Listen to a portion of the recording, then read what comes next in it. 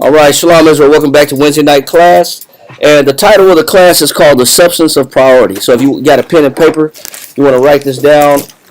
The title of the class is called The Substance of Priority.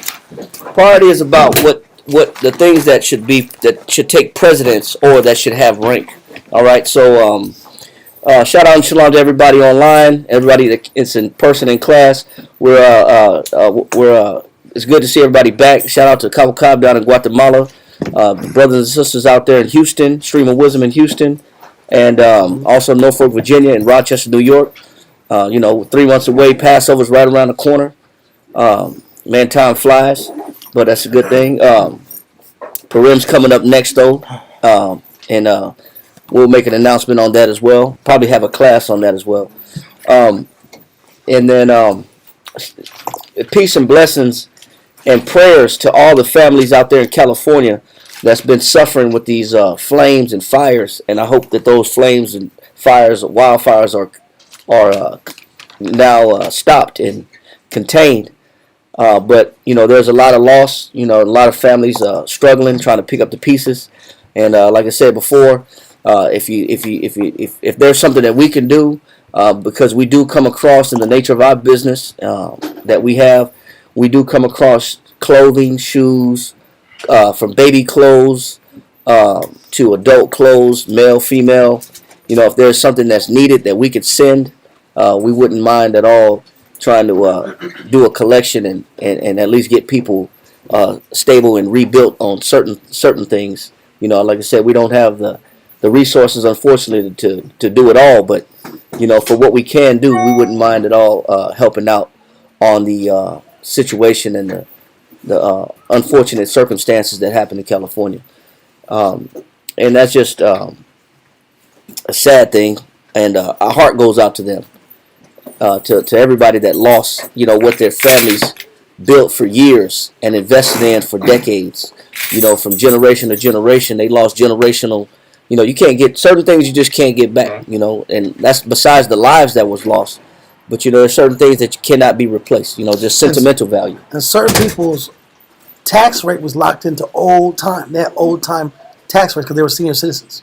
Yeah. So their tax rate was like 1980. So they were grandfathered in on the tax rate. They had grandfather tax. So rates. they had discounted tax rates. Yeah. And so to get to rebuild is very difficult.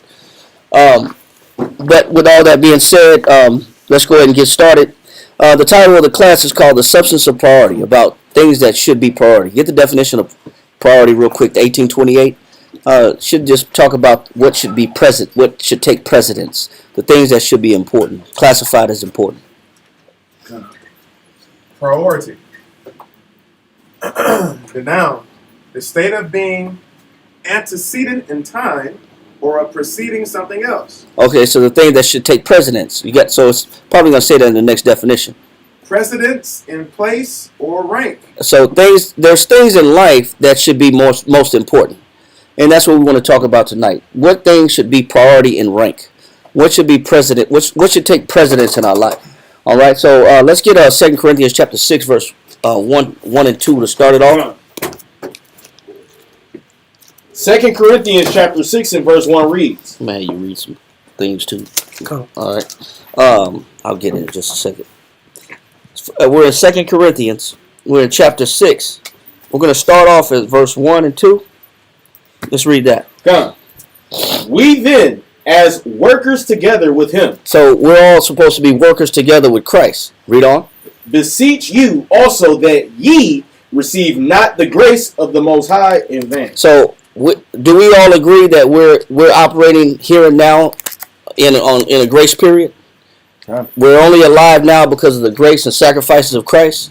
Yeah. And him shedding his blood for the remission of our sins and forgiveness of sins allowed us to live another day.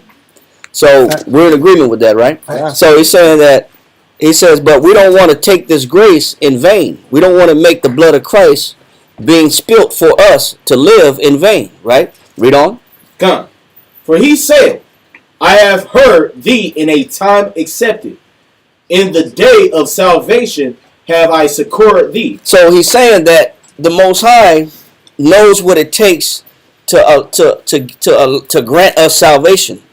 Now Paul is saying, for he saith, meaning that it's already been written before. So he's pulling this from an Old Testament source. That Old Testament source is Isaiah chapter 49, and we're going to read that whole 2 Corinthians chapter 6.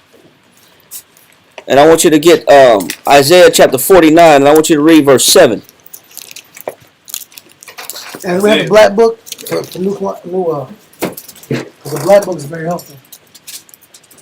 We're in Isaiah chapter 49, and we're going to start at verse 7. Read 7 through 12. Isaiah chapter 49, verse 7. 518 in that black book. Yeah, page 518. You got it?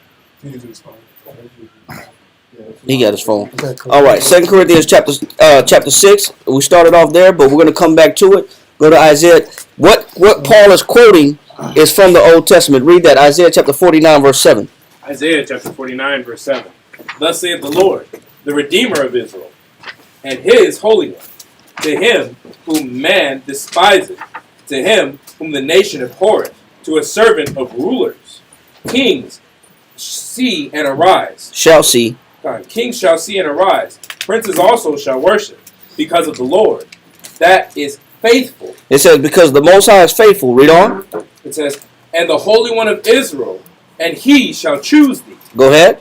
Thus saith the Lord, in an acceptable time have I heard thee. So what Paul is quoting from is Isaiah chapter 49 regarding salvation. So what we're reading in 2 Corinthians chapter 6 is concerning salvation. Salvation should be priority. That should be the thing that takes precedence in time or in rank. So that should be my number one focus. The saving of my soul should be the most important focus in my life. Absolutely. Absolutely. What should take priority is the saving of my soul or salvation. Read on. It says, and in a day of salvation have I helped thee, and I will preserve thee.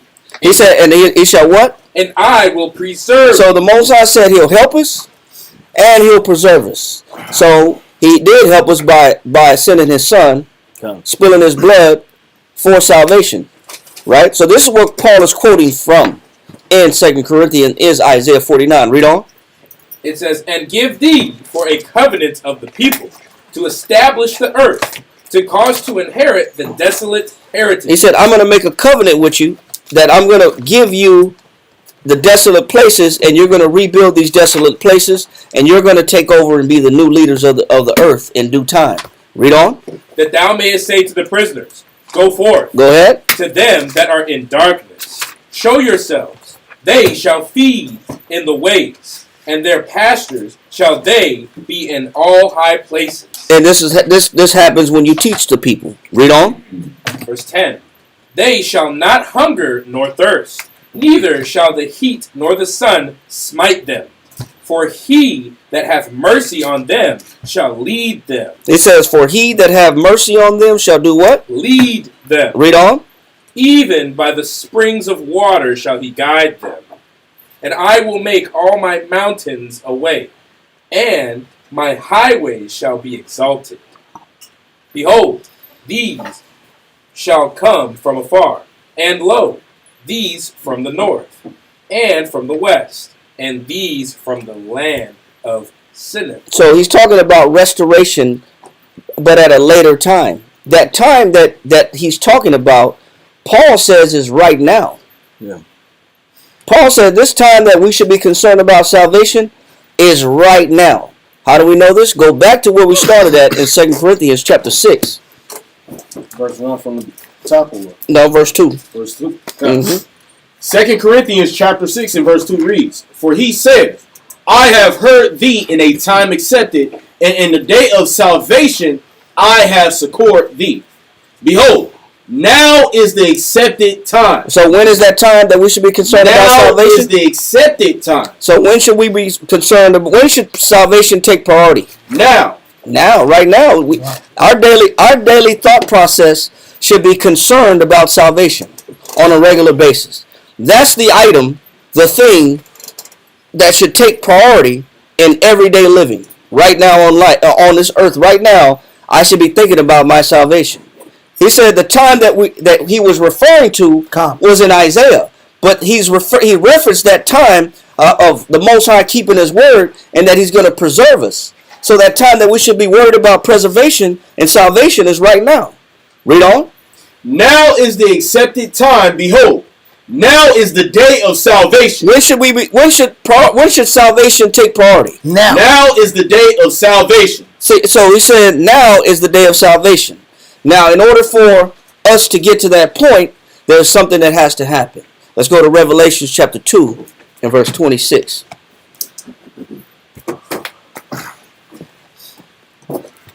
Revelation chapter 2 and verse 26.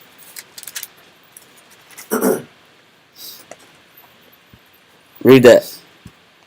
Revelation chapter 2 verse 26. And he that overcometh and keepeth my works. So, in order to obtain salvation, you have to what? Overcome. And he that overcometh. You have to overcome. And do what? And keepeth my works. So it's two things that Christ said should be the focus pertaining to salvation. One, you have to overcome, and you have to do what? And keepeth my works. You have to follow after the works of who? Christ. Read on. Unto the end. Until when? Unto the end. How long? Unto the end. Read. To him will I give power over the nation. And it says, and if you can do this, just like Isaiah said in Isaiah 49, you shall inherit the waste places. He says, I'm going to give you power over the nations. The nations shall adhere to your orders and your commands. So salvation is having power, rulership, and authority in the new kingdom. Yeah. So he said, if you can overcome and keep my sayings. Now there's a process of overcoming.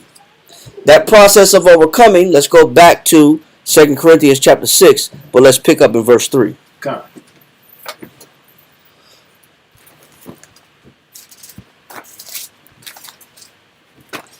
Second Corinthians chapter 6 and verse 3 reads, giving no offense. It says giving no what? Offense. So if I'm going to overcome, part of overcoming is making sure that I stay on top of myself.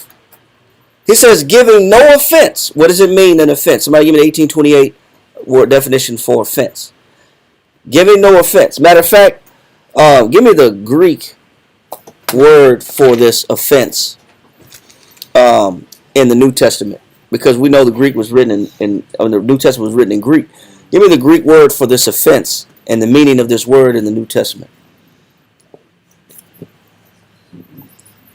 The Greek word for offense is proskope. Proskope. It says an occasion of stumbling. It says, so when Christ said that you must it's two things he said you must do. You must overcome and you must follow after his works. But you have to overcome what? It says to do something which causes others to stumble. He says you gotta make sure that you don't stumble and you don't do things to make other people what? Stumble. So you have to overcome stumbling blocks. There's stumbling blocks in life that must be overcome if you're going to obtain this salvation. He says, but make sure that these stumbling blocks that you have to overcome in order to obtain salvation don't hinder you. Better yet, read verse 3 again. Come.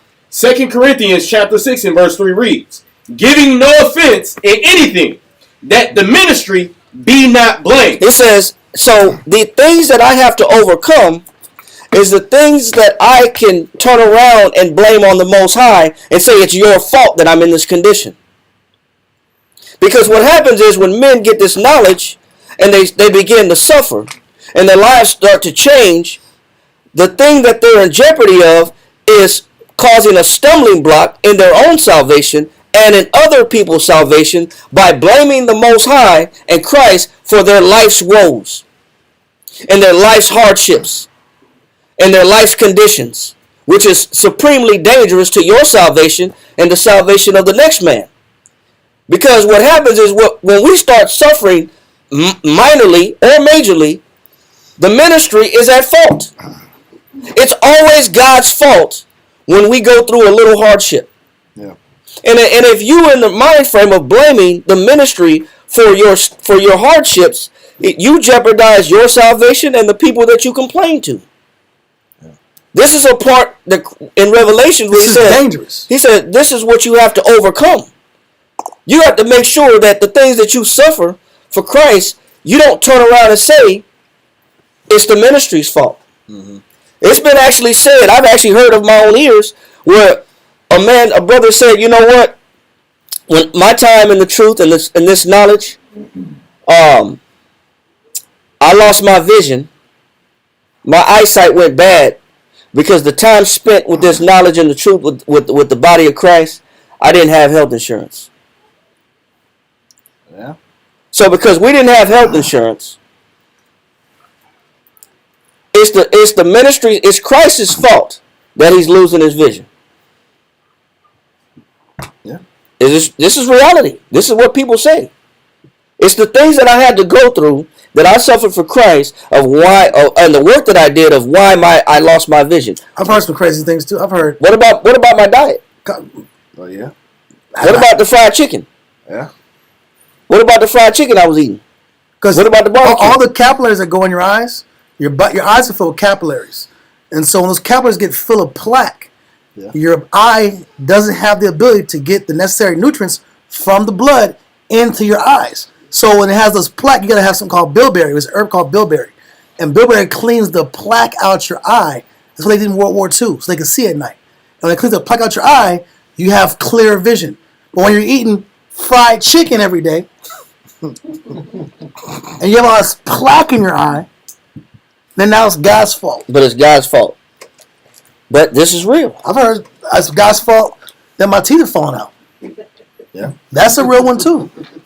Yeah, not the sugar, the donuts. Not the sugar, the donuts, the M&Ms. Not the gas station food. Not the gas station food.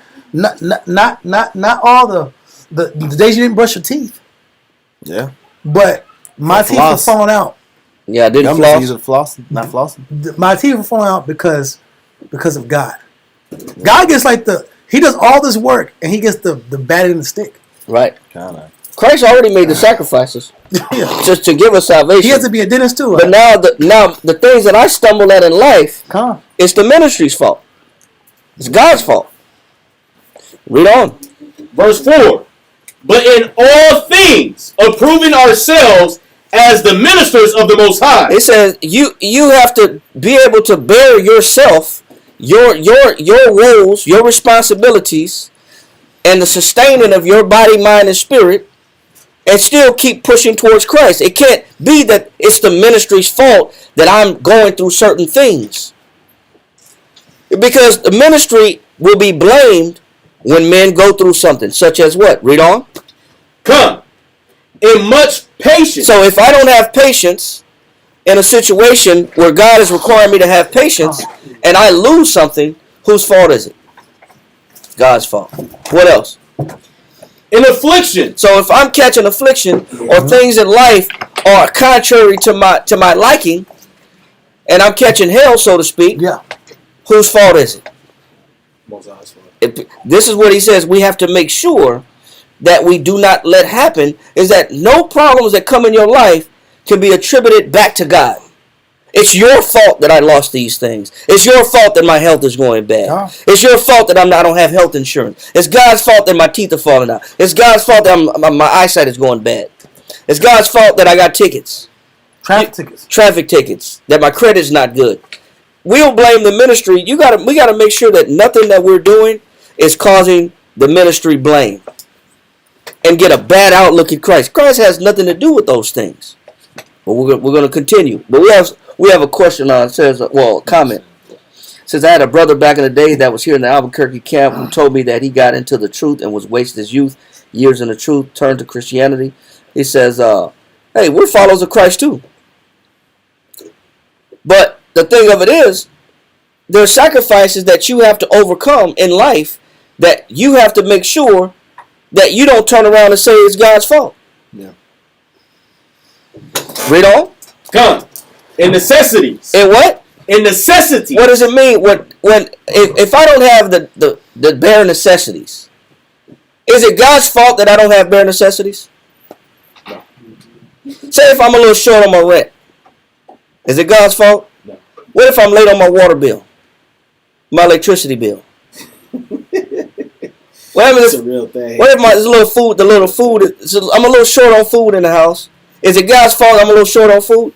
What is he saying right here? Paul is saying that in order to understand the beauty and the priority of salvation, you can't let these things hinder your perspective towards God at all. Come. If so, he's saying that make sure that we receive not the grace of God in vain. Yeah. I can make the grace of God and the sacrifices of Christ be in vain if no matter what I go through, I turn around and have a negative outlook towards the Most High. It's not intended that, it's not purpose for me. This grace given to me was not intended for me to turn around and look at God negative simply because my life starts to hit some stumbling blocks.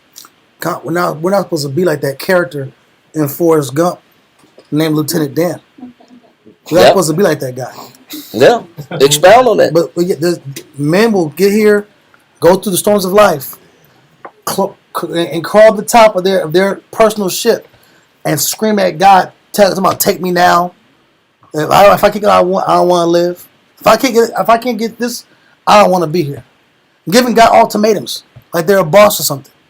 Yeah. People do that. Or you better bless me right now. You better bless me at this time by 4 o'clock tomorrow. I expect a blessing. Like, who are you? Who are we? And then have the nerve to complain to God about it and be mad at God because I don't get the blessings I want at a specific time and date. Yep. That's madness. Read on. Come. In necessity. So in distresses, in tribulation and affliction, and in necessity, what else? In distresses. So just because I hit a stumbling block in my life, I have to make sure Paul is saying that in all these things, make sure the ministry is not blamed. You got to really think about what you go through in your life, and do you somehow, shape or form, blame the Father and the Most High and His ministry and the work of Christ at being at fault because you're suffering, because you're short on a couple of things, because you don't have what you think you need to function. We hit stumbling blocks, and for some reason, we just aim the blame at the Most High in Christ and say it's your fault. The ministry cannot be blamed for the things that afflict our lives. Grace is we're already in a grace period. The sacrifice of Christ have already been made. Blood has already been spilled.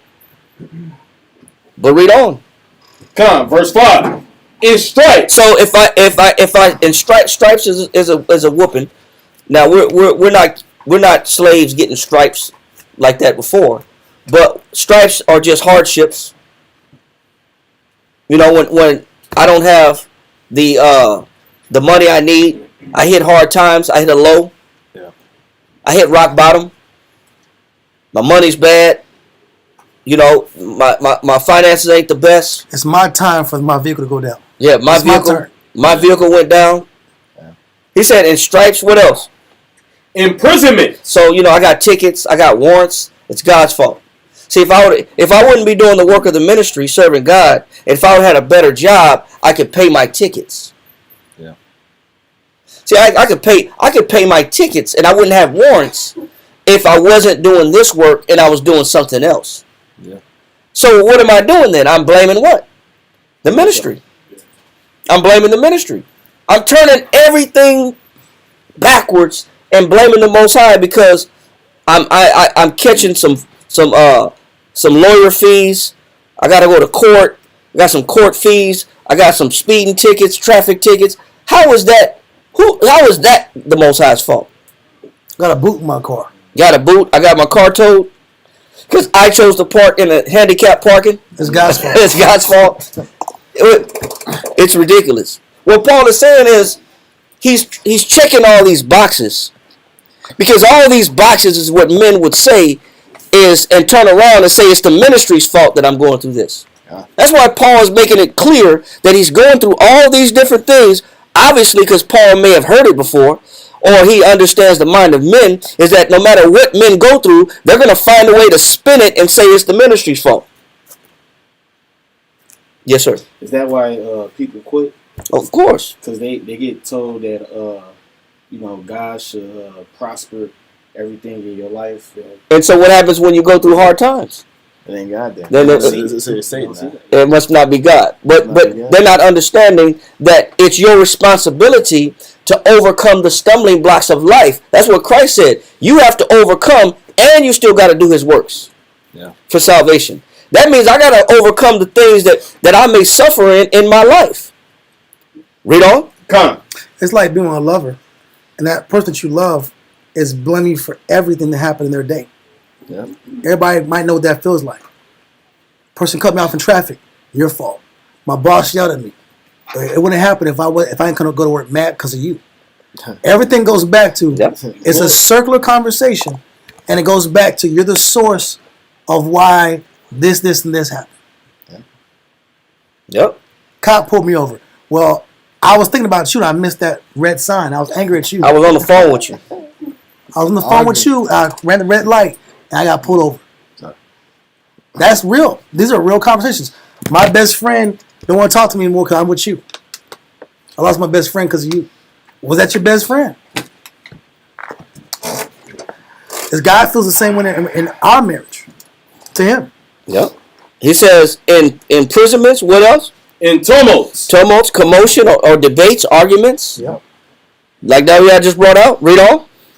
In labors. So what about because it's God's fault that I'm working so hard? I've never worked this hard in my life.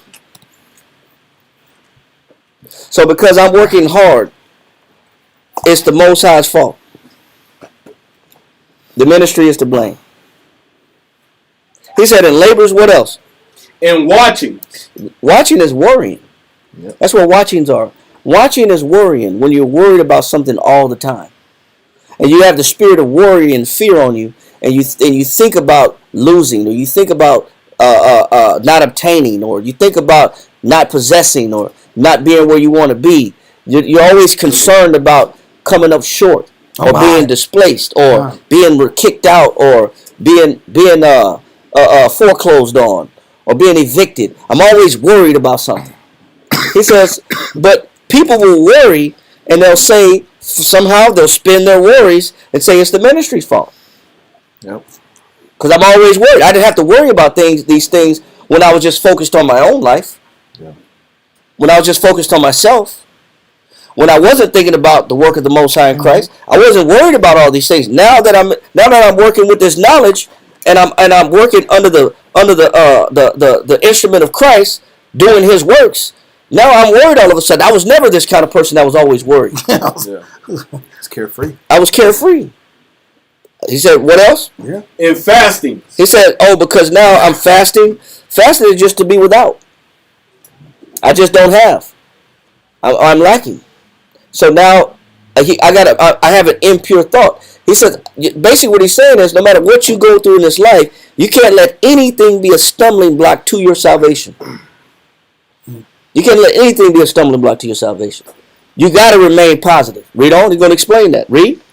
Come, verse 6. By pureness. He said you got to keep a what?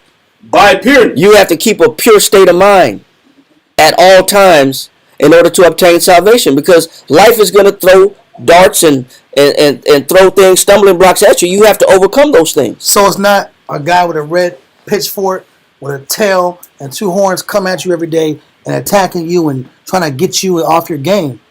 It's just life matters and situations that are a part of the course of life. Yes, but Satan will use the fears and the worries and the doubts as ammunition against you in your quest to follow after Christ. He'll use those things. As a matter of fact, we'll read that in just a minute. Yep. But life will have its stumbling blocks. But you have to overcome those stumbling blocks and still stay positive towards the Most High. It's never the Most High's fault because you hit some affliction, or you hit some trouble, or life was at a low point. You have to obtain this salvation with pureness. Read on. By pureness, by knowledge, by long suffering. So he said by pureness, by knowledge, and by what? Long suffering. So what does it mean in order to obtain salvation? You may have to suffer for a long time. Yep. You have to maintain a positive outlook at all times. Just because life hits some low points, it doesn't matter if life hits some low points. Your responsibility is, what is priority? Salvation is priority. That's what matters. Read on. Come. By kindness. Go ahead. I still got to be kind to people. Yeah. Just because I'm at a low point in my life, that doesn't justify me being rude, disrespectful, evil to people. Just because my life may suck at the moment, or I'm hitting a wall. I'm abrasive to people. Or I'm abrasive to people. Just because I got things going on in my life that are uncomfortable, that doesn't mean I'm justified to take it out on somebody else. I still have an obligation to be kind, even if my life is at a low. Read on. Come. By the Holy Spirit. And it's by the Holy Spirit. Everything got to be done with the Holy Spirit, which is the Scriptures. I got to treat everybody according to the Scriptures, which classifies righteousness. Read. By love unfeigned. And it can't be fake. I have to be sincere in what I'm doing. So when I do the work of this ministry, when I do the work of Christ, it has to be sincere. It can't be fake. That means the people the way I deal with people is sincere. Why I'm doing what I do is sincere. Read on. Come, verse 7.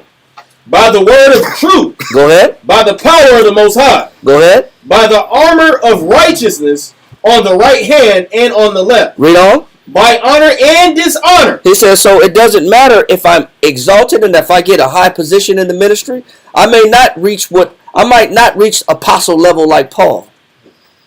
But does it matter if I reach apostle level like Paul, or if I'm dishonored even for following Christ, and I'm esteemed a regular man? It doesn't matter my rank. But what matters is salvation. He says, by honor or dishonor. Read on. By evil report. Even if doing the work of Christ brings me a bad reputation amongst people that are familiar with me. People don't look at me the same anymore. They say, man, you've changed. You're not the same guy. You're not cool like you used to be. You used to hang out and party with us, man. You used to be the party animal, man. You used to be the life of the party. You used to party till 6 o'clock in the morning. You're a different person. You're not cool anymore. Does it matter? No, it doesn't matter. Read on. By evil report or good report. He said by evil report or good report. It doesn't matter. Nothing should change or alter what you're trying to obtain. Salvation is the key. Salvation is the goal. So nothing should shake you off of that path of what's important. So whether it's a good report or whether you're getting people putting smut on your name or slandering your name, it doesn't matter. Nothing should change the direction of what course you're on. Read on. Exactly. As deceivers, and yet true. People may call you a liar, but you be telling the truth. Read on. As unknown, and yet well known. It says whether you well known or unknown, it doesn't matter. Read on. As dying, and behold, we live. Go ahead. As chastened, and not killed. It said, yeah, but you're going to hit lows. You're going to hit hard times. You may feel like, man, I'm getting my butt kicked. I'm getting spanked. He says, but you're not dead. So all those things, you just have to take it with a grain of salt. You can't let nothing change your direction of what's important and what you're here to obtain, which is salvation. And you can't blame the ministry when life does turn left, when things are turned sour against you. Read on. Come, verse 10. As sorrowful, yet always rejoicing. It says, as sorrowful. So even when you are sad and sorrowful, when sorrow is a pain or pain of mind or body. He said, but even when you're at a low point, you should still be what? Rejoicing. Rejoicing. Go ahead. As poor. He said, even when your money is kaput and you're in the negative. So what do you mean by that? What do you mean by that? So you're talking about there may be economic instability. Yes. If I'm serving Christ. He's talking about all the conditions that hit men, that take men out the spirit and off their focus. These are just conditions. Paul is just giving a checklist of conditions that can get men to stumble, that make men stumble. Okay. Poverty is one of them. Not having money is one stumbling block for men. That's a major stumbling block for men. Not even minor, that's a major stumbling block. Because now the priority is no more salvation with Christ. It's now I gotta get my money up. Get my control up. I gotta get my stability. I don't feel good unless I got some money on me. Yep. I feel powerless. Yep. Because my money's low. I'm not the man I used to be. I'm not the man anymore. Yep. Yes, sir. They start to compare their lives back when how they had money and How good life was. how good it was, and, How strong they felt. you know, that they wasn't depending on their mamas and stuff like that. He says, as poor. He said, as poor. So salvation is still important, even when I'm poor. It's just salvation should still take priority, even when I'm poor. So it's not like you can't. You're too poor to afford salvation. You don't qualify. I'm too poor. Yeah. You don't qualify. Your credit score. Your credit for salvation is bad. Yeah, 540. I'm sorry, you're not gonna make it. You're not gonna make it, man. You need at least 600. We're trying to help everybody as much as possible. Peter's checking credit at the gates. That's hilarious. You gotta swipe your card. You gotta run your credit. Oh, it's not going through. Yeah, man. It's declined. I did everything to make. I did everything to pay my debt, son. I did everything. Yeah. He says, yet poor. He says, as poor. Go ahead. Yet making many rich. It says, even though you were unselfish, you were poor, but your work attributed to the success and prosperity of other people. Your work may not have benefited you, but it benefited others. Read on. As having nothing. He said, now he even breaks it down even simpler. Man. As having what? Nothing. What does that mean? There may be a time when you serve Christ and you have nothing. But should that take priority, having something, should that take priority over salvation? No. Paul is explaining how none of these things that could affect our lives should take priority over salvation. He's keeping it simple. He said, even as having nothing. Read. Come on. And yet possessing all things. Because if I have Christ, then I have all things. Because I understand that all these things are temporary. These things are temporal. And if I understand what the Most High is doing, He's making me rich in knowledge, wisdom, and understanding. That's where I'm rich at. I'm rich in faith. From there, let's go to Ecclesiasticus, chapter 30, in the Apocrypha. Apocrypha is the intertestamental period between the Old Testament and New Testament that was written. It was written with the Septuagint. It was translated in the Septuagint, and we got it. It was translated in the Septuagint. It was part of the Bible. In the English translation from King James, from 1611 to for about 1885, about 274 years, it was part of the Bible. But the Catholic Church removed it, but it was put back in later on because it was classified non-canonical. Because they wanted to certain books are hidden, and that's why the word apocrypha in Greek means hidden books. These books were hidden, so now you have to buy them separately, or if you can find a Bible that has the apocrypha in it already, which is the period between the Old Testament and New Testament. All right, so we're going to the apocrypha in Ecclesiasticus, chapter 30, and we're going to start at verse 14. Ecclesiastes chapter 30 and verse 14. Better is the poor. It says, better is the poor. Go ahead. Being sound. It says, so even if I am poor, he says, so what? It's better to be poor, but still sound where? And sound where? Read it. It says, being sound and strong of constitution. It says, even if you don't have anything, you could still be rich in other places. You know what I should still value? He said you could still be poor. It's better to be poor, but you're still sound in constitution. What does constitution mean? Get that definition. Constitution. The state of being, that form of being or particular structure of the connection of the parts. Get the one that talks about the what to a person, pertaining to a person. The frame or temper. It says the frame, which is your body. It says so. Being sound in your frame, which is your body, it's better. Having a strong body is better than having riches or money. So even if I'm poor, I should still value the fact that I have what? I still got my frame is intact. Or what else? It says in frame or the frame or temper of mind. Or my mind is what? Strong. So even if I don't have necessary economic stability, I should still value the fact that my body works. I'm still rich in health. My mind still works. I haven't lost my mind. I'm still sane. We should even value that. He says, read that again, Kariah.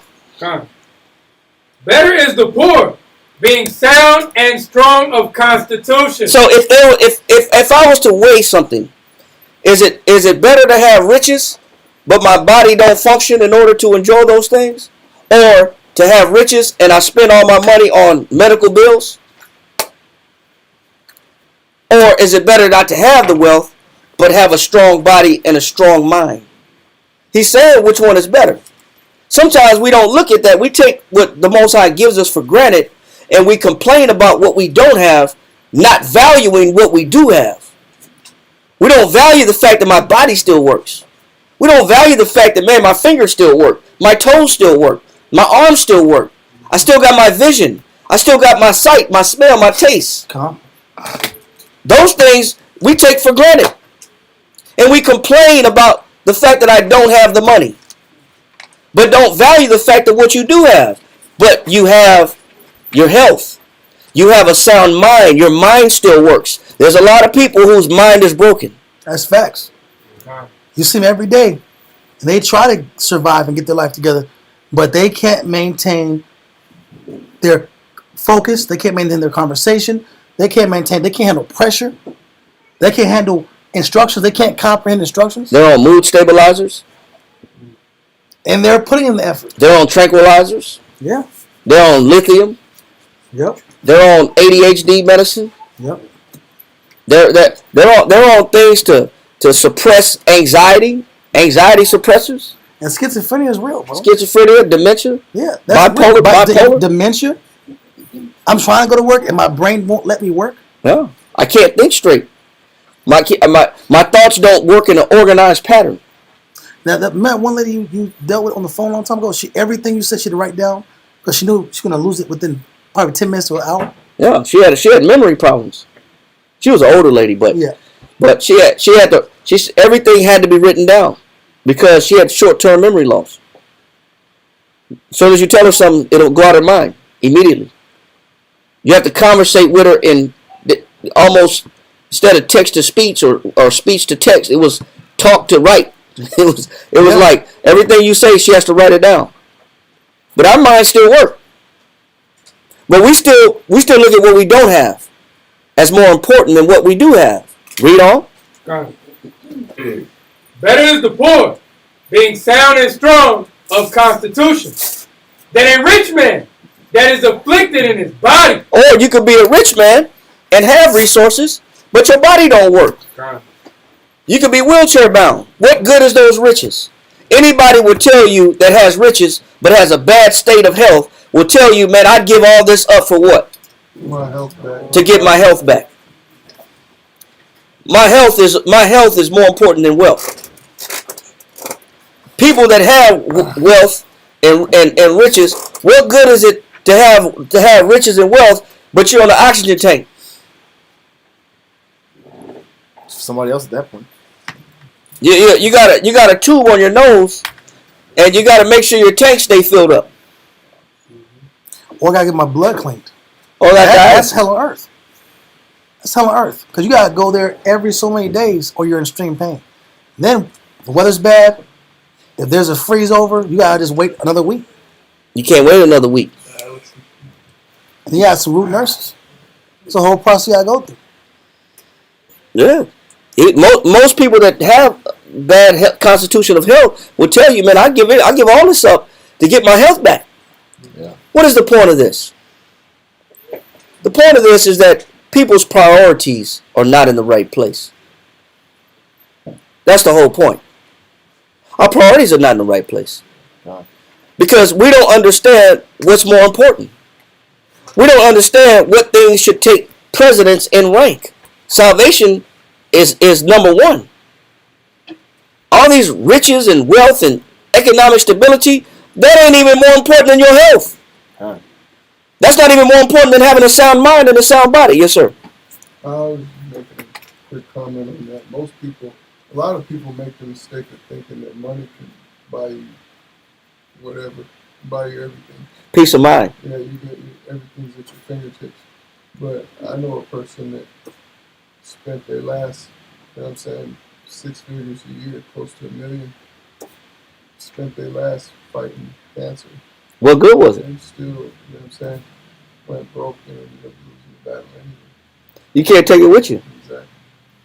So what? Even amongst those things, what should be more important? My health, or the fact that do I devalue and bypass the fact that my body still works, but I'm still angry because I don't got the resources that I'm missing? People's priorities are out of order. What they value is out of order. The order in which they should value things is out of order. Read on. Right. It says, health and good estate body. He says health and good estate of what? Of body. Go ahead. Are above all gold. Is above what? All gold. What's more important than all gold? Health and good estate of body. The economic stability is not even more important than your wealth, let alone your salvation. Let alone salvation. Read.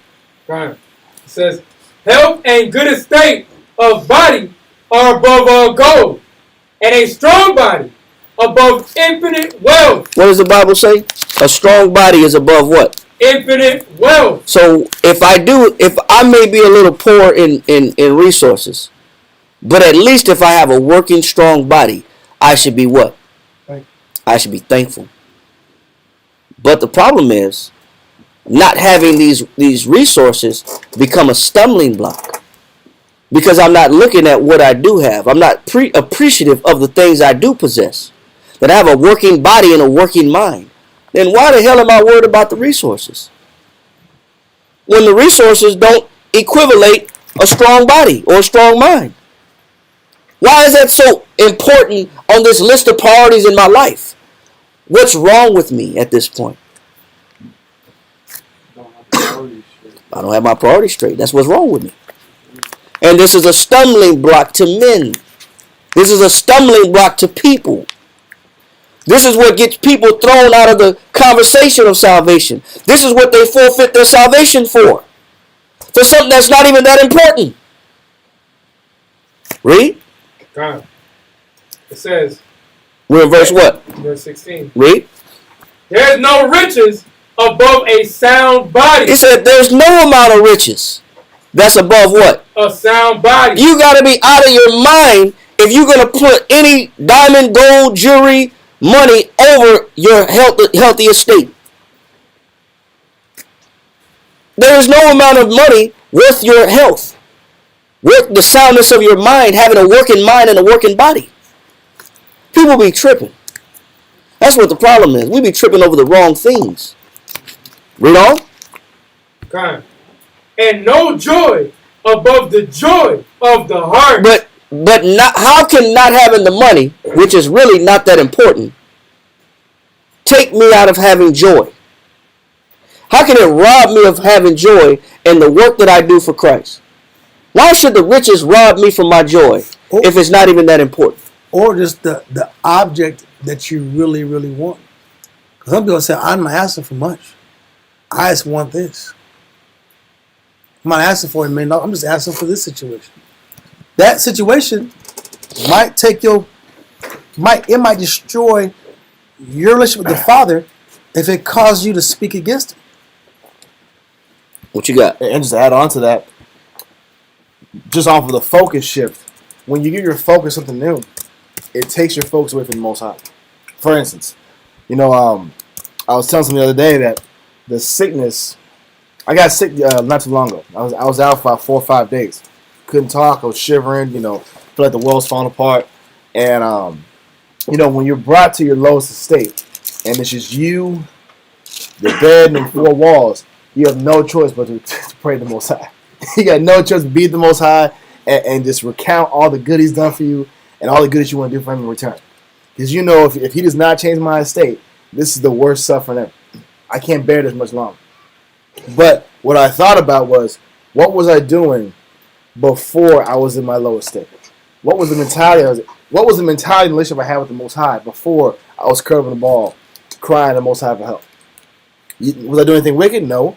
But I was working out more. That means less time for reading. I might have been studying my hobbies a little more than usual. Nothing wicked, nothing wrong with it.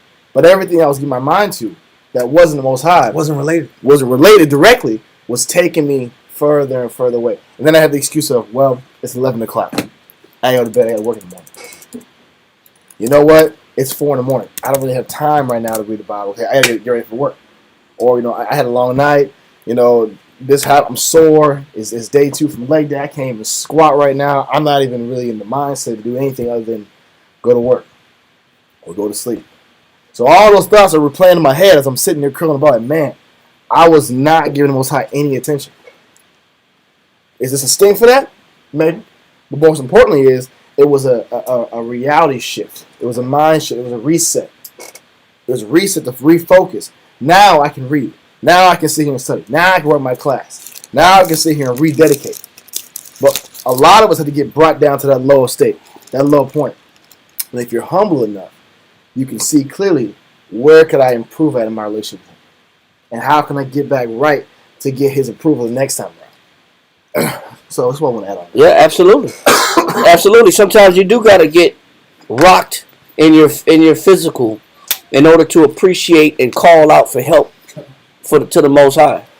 Sometimes that's when people make their best prayers. Oh yeah, and intercede in the spirit to obtain some healing from the Most High in Christ when you're at a low physical point or a sick point. The best prayers come out. Yeah. Which we're going to be reading some of them today. I won't forget when I prayed the Most High, bro. I was like, Most High would not give me a cell for I couldn't make cells for like a year. Yeah. And I teach cells. Yeah, training. That's all I gotta do. I'd be like, oh man, thank you. It worked out. That's inspiration. Just do this. You come up, right? And $130, I came through. I can't get past 2 cells a day. I was at a 2-cell cap every day. And I just realized, you know what? I got to the point I couldn't give it away. I couldn't. I was like, here, it's free. Like, nobody wants it. Yeah. Nobody wants to have the offer. And the Most High showed me he got a problem with you. He got his finger on you. Yep. He has his finger on you, bro. And so I went to the back, the hallway, the little employee exit out. I said, I don't remember what I did, but whatever I didn't make you mad, I am sorry. I am sorry. Now I should have prayed this prayer like a long time ago. Yeah. I said, nah, man. I'm that guy, man. I got the ability. Yeah. Listen, bro, right when I prayed that prayer, I went back to the cart, and after that, the sales never stopped. There was somebody waiting for me right after that. That's how I knew it was the Most High. They waiting for me. I'm ready to buy. I'm begging people. I don't want it. You know, why is He doing this? Isaiah chapter 47, verse 8 and 9. Couldn't feed myself, right? Why would the Most High do that? Come on, break that. You better pray out. They go in that dealer's bathroom now. Yeah. Listen, bro. It's embarrassing. Yep. Why would the Most High break you down like that? Why would the Most High take us to a low point in order to get our attention? Isaiah chapter 47, verse 8 and 9. Mm-hmm. Isaiah chapter 47 and verse 8. Yep. Therefore, hear now this. Thou that art given to pleasure. He said, I want here, Mr. Pleasure. Because pleasure is all that you put your mind upon. Yep. That's all you're focused on is pleasure. So I got something for Mr. Pleasure. For coming, Mr. Come Up, Mr. All I think about is win. All I want to do is win. Yeah. You know, I just think about victory and winning. Yes, real. Okay. That's real. The Most High said, I got something for the one that's purely geared their focus on just pleasure. Read on. That dwelleth carelessly. He says because your mind's not focused on the right thing, you care about pleasure, but you don't care about your relationship with me. He says you're dwelling carelessly. Read on. That says in thy heart. And you told yourself what? That says in thy heart, I am. He says I am, meaning I'll be all right. I'm good. I'll make it through whatever situation. I'm okay. I don't have to humble myself to the Most High. I'm good. I'm stable. I'm firm. I'm gonna be all right. He said, you tell yourself you exist, meaning you're existing. I'm functioning. I'm all right. I'm all right. Read on. That says in thy heart, I am, and no one else beside me. He said, and I'm good. I don't really need the Most High. I don't really need the relationship with the Most High right now. I'm good. Read on. I shall not sit as the widow. He said, I'm not going to lose anything. Everything that I touch is going to turn to gold. Everything I do is going to be a win. It's going to be a victory. I make things happen. Yeah. Some people think that. Some people say to themselves, man, I'm a go-getter. I'm a shaker. I'm a mover. This ain't supposed to be happening to me. I'm a boss, period. I make things happen. Read. Neither shall I know the loss of children. He said, neither shall I lose what? The loss of children. He said, I'm good and my kids are good. Everything's going to be okay. Read. But these two things shall come to thee in a moment. He said, but the things that you told yourself that wasn't going to happen because you were not focused. So the things that you said that you told yourself wasn't going to happen, he said these things that you say are not going to happen are going to happen in a moment, which is what? In one day. He said in one day, read. The loss of children. You're going to lose your children, what else? And widowhood. And you're going to be alone. You're going to lose your husband, your security, your safety. What is the Most High saying? Lamentations, Nagahah, chapter 3, verse 37. I'm going to let you read that one because you brought this one out a couple days ago. Hold it. Hold that. Lamentations chapter 3, verse 37.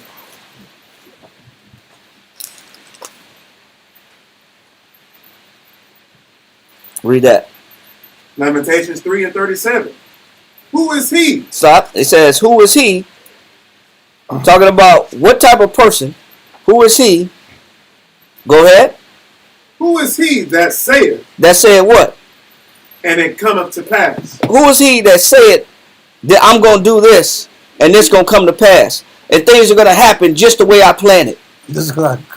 Wow. Things are going to happen the way I planned it, and exactly how I planned it is how things are going to be. Read on.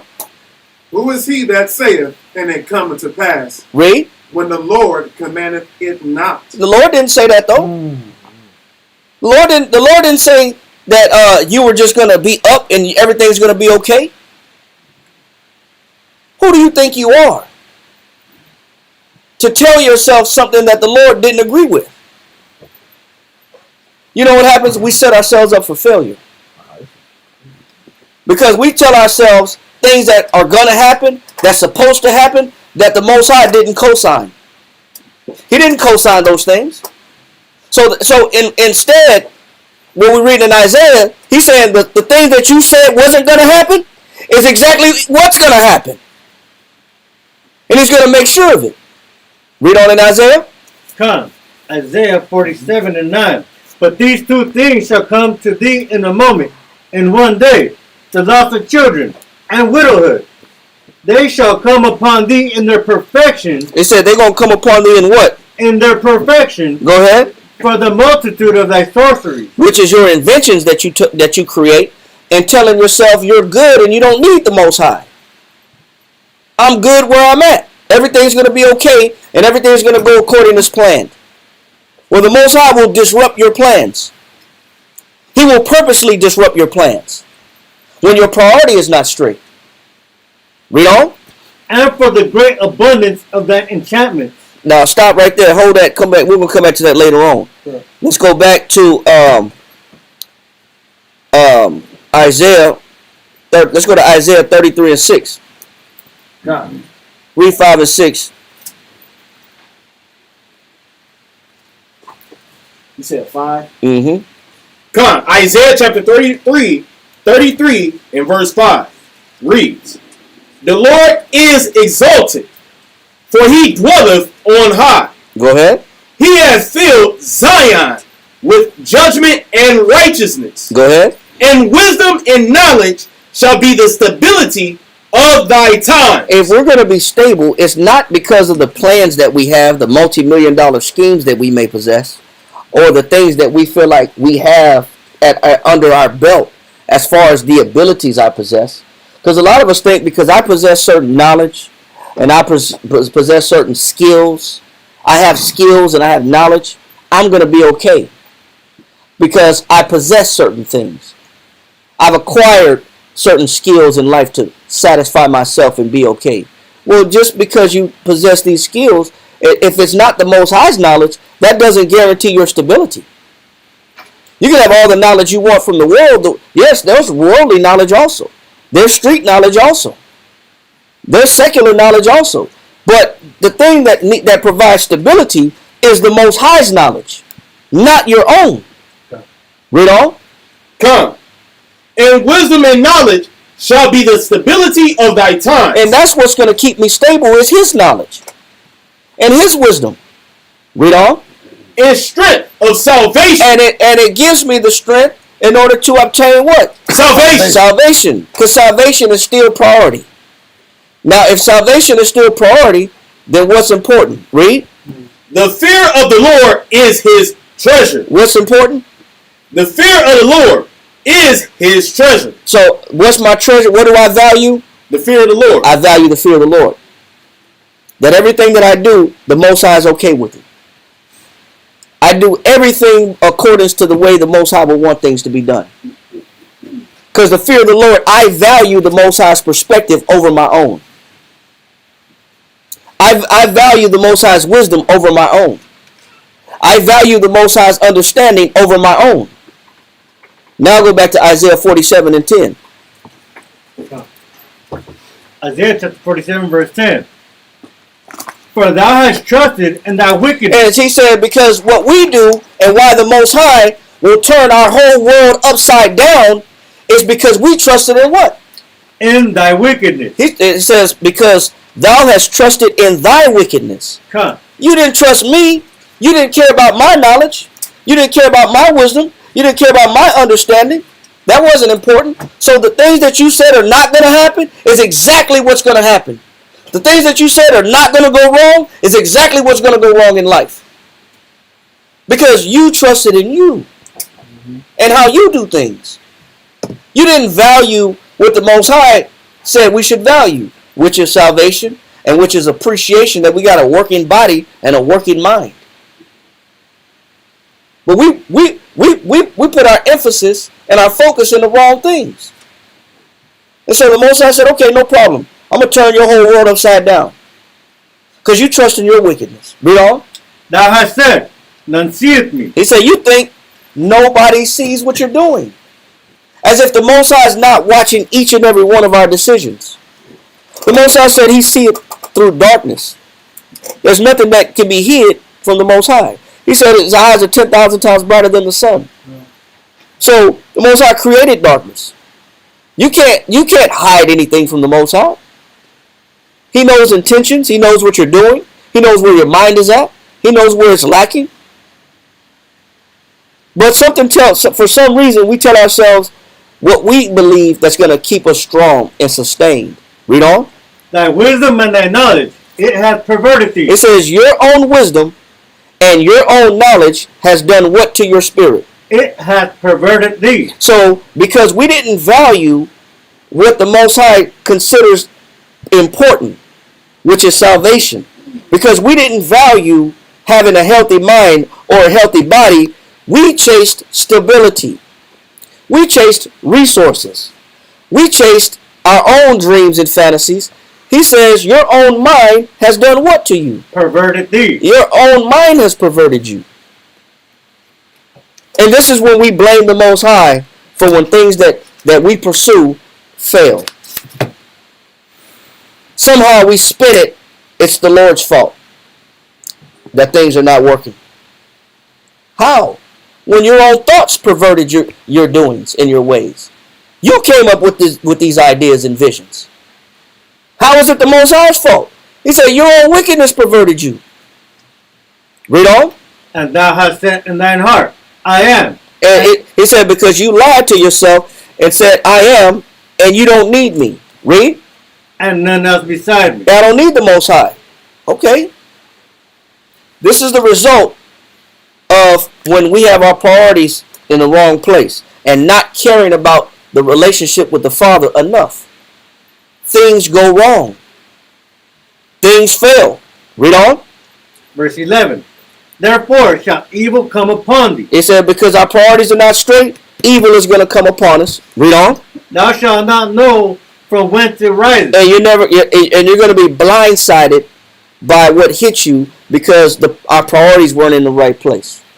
We get blindsided when events happen that we're like, man, how did I get myself in this position? Because the Most High didn't appreciate or like the fact that we didn't value what he considered that's important. We didn't put him first. We're taking this grace that we've been given in vain.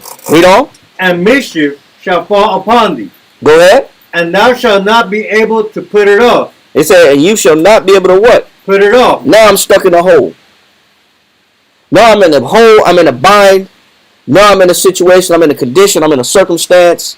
Life is sucking at this point, and I don't know how I'm gonna get out of it. Why? Because I trusted my own self. I didn't trust the Most High. Hold this and give me Ecclesiastes chapter 30. I want you to go back to 30, and I want you to read verse 18. Ecclesiastes chapter 30, verse 18. It says, delicates poured upon a mouth shut up are as messes of meat set upon a grave. So what he's saying is this, because it may be trivial in the language or the way he brought it out, but read it again and I explain it. Ecclesiastes chapter 30 and 18.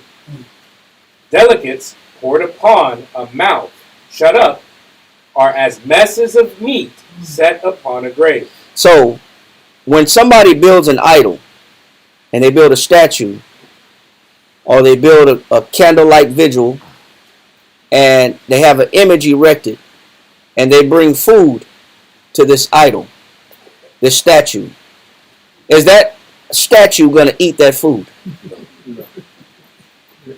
So you can put a buffet out in front of an idol and the idol can't eat that food. So read it again. Ecclesiastes chapter 30 and 18. Delicates poured upon a mouth shut up are as messes of meat set upon a grave. So if I put a buffet of food on top of a grave, will the person that's in the grave eat that food? No. What he's saying is the things that we sacrifice to will become useless. The things that we sacrifice for, if it's not him, you're doing it in vain. All your sacrifices will be useless if you're not sacrificing for the Most High in Christ. If you don't have your priorities in order, he's going to make sure that your sacrifices are going to fail and they're going to be useless. Just like putting food out in a graveyard. That food is not going to be eaten by that person. Or putting food in front of a statue. That statue is not going to eat that food. Read. Verse 31. I'm sorry, verse 19. It says, what good doeth the offering unto an idol? And that's why it says, what good is it offering to what? An idol. But he's using your imagination as that idol. He's comparing that idol to your imagination. What good is it for you sacrificing to your imagination? It's just like putting food on a grave or putting food in front of a statue. You're wasting your time. We understand what he's comparing this to? He's comparing this to a person that sacrifices to their imagination. Read on. For neither can it eat nor smell. It says, because this statue can't eat nor smell. Read. So is he that is persecuted of the Lord. And it says the same as the one that, like we read about, I'm conflicted. in Isaiah chapter 47, about the one that's persecuted of the Lord. That persecuted means harassed by plagues. So if my priority is not right, and I think that there's an alternative to stability in life, and I tell myself I don't need the Most High in Christ, the Most High said, I'm going to harass you with plagues. That's what persecute means. I'm going to turn your world upside down. Because you're wasting your time in creating ideas that are contrary to his liking and his direction. When you devalue the things that he considers that should be priority to us. Read on. Verse 20. He seeth with his eyes and groaneth. So you know what that means? When you have a vision or you have an idea or if you want something so bad, the Most High will let you see it. And he says all you're going to be able to do is what? Groaneth. Groan. You know what that means? When you see something you want so bad, Long for it. and you long for it, but you can't what? You can't have it. All you can do is look at other people have what you want. Say, oh man, how did he get that? I was asking for that. Oh man. It's a shame, man. I put all this work in, and how did this person get this what I've been wanting? How come I ain't got this yet? He said the Most High will hit you with you can look but you can't touch. That's what's going to happen in your life when he's not the priority. You'll see the things that you want, but you won't be able to get it. Yeah. You'll see the life you want to live, but you won't be able to obtain it because you were thinking wrong. Because you didn't have the right priority. You didn't put him first. So he'll let you see it from a distance, but never let you touch it. It'll never come to pass. And you'll be powerless in obtaining that in the thing which you want, which matches what we read in James chapter 4, verse 2. It matches the same thing in James chapter 4, verse 2. Read that. 5 and 6. James chapter 4, verse 2.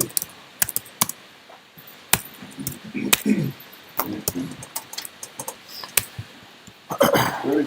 Yep. God, ye lust and have not. And this, he said, man, this is why the Most High said a person will lust. They'll want something so bad. It says, and they will have what? And have not. Why will the Most High have me sitting in a position where I can look but I can't touch it? I want something so bad but I never obtain it because my priorities isn't straight. So the Most High will let me see it, but I can't indulge it and I can't enjoy it. He said you want but can't have. What else? Ye kill and desire to have. Man, you work hard to get what you want, but because what you want isn't what the Most High wants for us, he said you'll want it real bad. Read on. And cannot obtain. And he said the Most High will keep you back from it. Read on. Ye fight and war. It said you fight and go to war to manifest your imagination.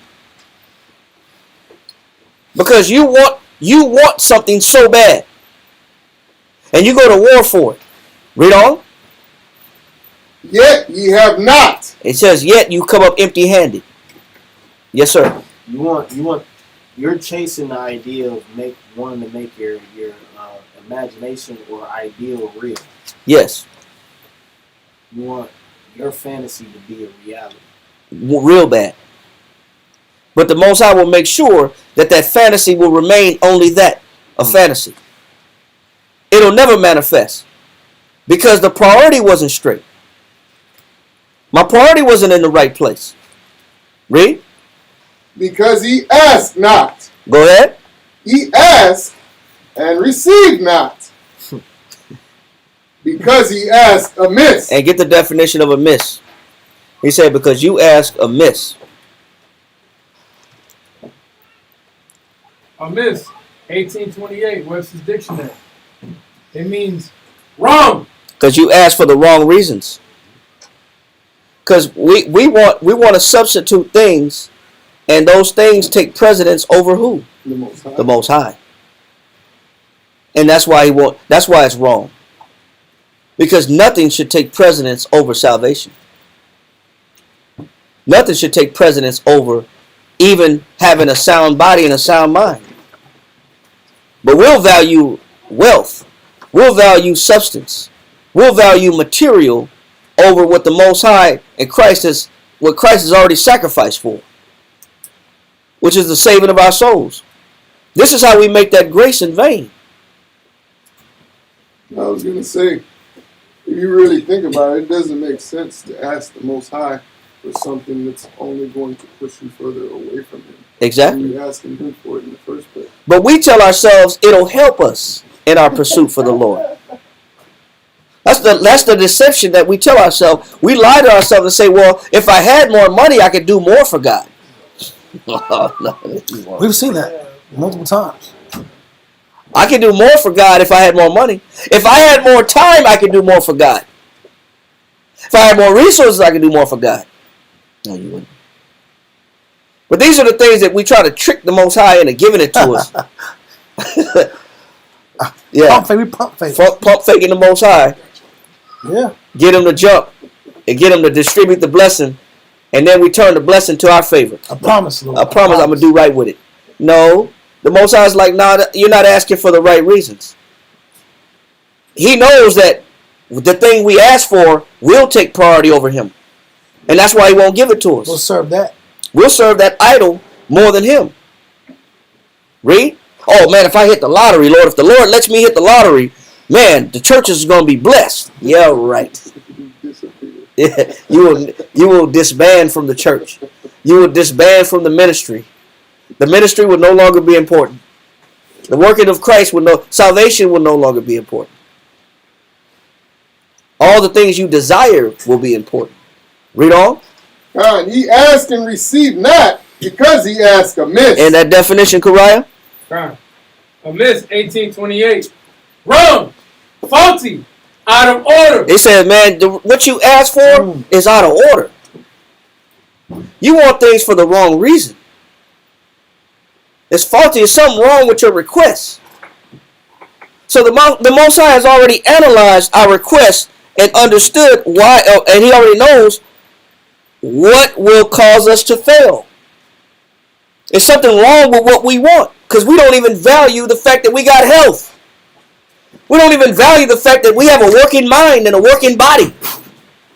We don't even value the fact that Christ already died so that we can receive salvation. We don't even value that. Read on. That ye may consume it upon your lust. He said that you may consume it upon what? Your lust. He said that you may consume it upon your lust. The Most High knows that the only reason you want what you want so bad is to satisfy your what? Your lust. It has nothing to do with spirituality. It has nothing to do with Christ. The things that you want so bad. The things that you think are so important in life are only important to your lust. They're actually not that important to you. They're only important to your lust. Read on. Verse 4. Ye adulterers and adulteresses. And he calls us, God calls us adulterers and adulteresses. Why does he say that? He calls us adulterers because by definition, adultery is a person that takes the love that's owed to one person and gives it to somebody else. Wow. So this is why the Most High calls us adulterers and adulteresses. Because we take the love that's supposed to be obligated to him and we give it to other things. Things that have no ability to eat or smell. These are just imaginations and idols that we created in our mind. Supposed scenarios. Yeah, scenarios and situations. Or things that I want so bad. That's why he calls us adulterers and adulteresses. Because we forfeit the love that he deserves and we put it on something else. We put it on materials. Read on. Ye adulterers and adulteresses, know ye not that the friendship of the world is enmity with the Most High? Don't you know that all the things that you desire that's materialistic is an enemy of God? God and money don't have anything to do with each other. Matter of fact, Christ said in Matthew chapter 6, no man can serve two masters. Either he will love the one and cleave and hate the other, or cleave to one and despise the other. He said you can't serve God and mammon. Mammon is money. You can't serve both. There's a distinction between and a separation between the two. But for some reason we tell ourselves money is more important. And that's priority, when in actuality it's not. He says what? Ye adulterers and adulteresses, know ye not that the friendship of the world is enmity with the Most High? Whosoever therefore will be a friend of the world is the enemy of the Most High. If you have a connection and you're trying to obtain a connection to materialism, you are making yourself an enemy to who? Most High. Most High. The Most High. They are opposed from each other. Read on. Do ye think that the scripture saith in vain, the spirit that dwelleth in us lusteth to envy? The Most High knows what spirit is in us. What spirit is in us? The spirit of envy. We always want what we see. Yep. We have a desire to want what other people have or what we see in front of our eyes. I should have this situation. Yeah. I should have this object. I like the opportunity. Or I like this person's stability. Yep. Or I like this person's freedom. Yep.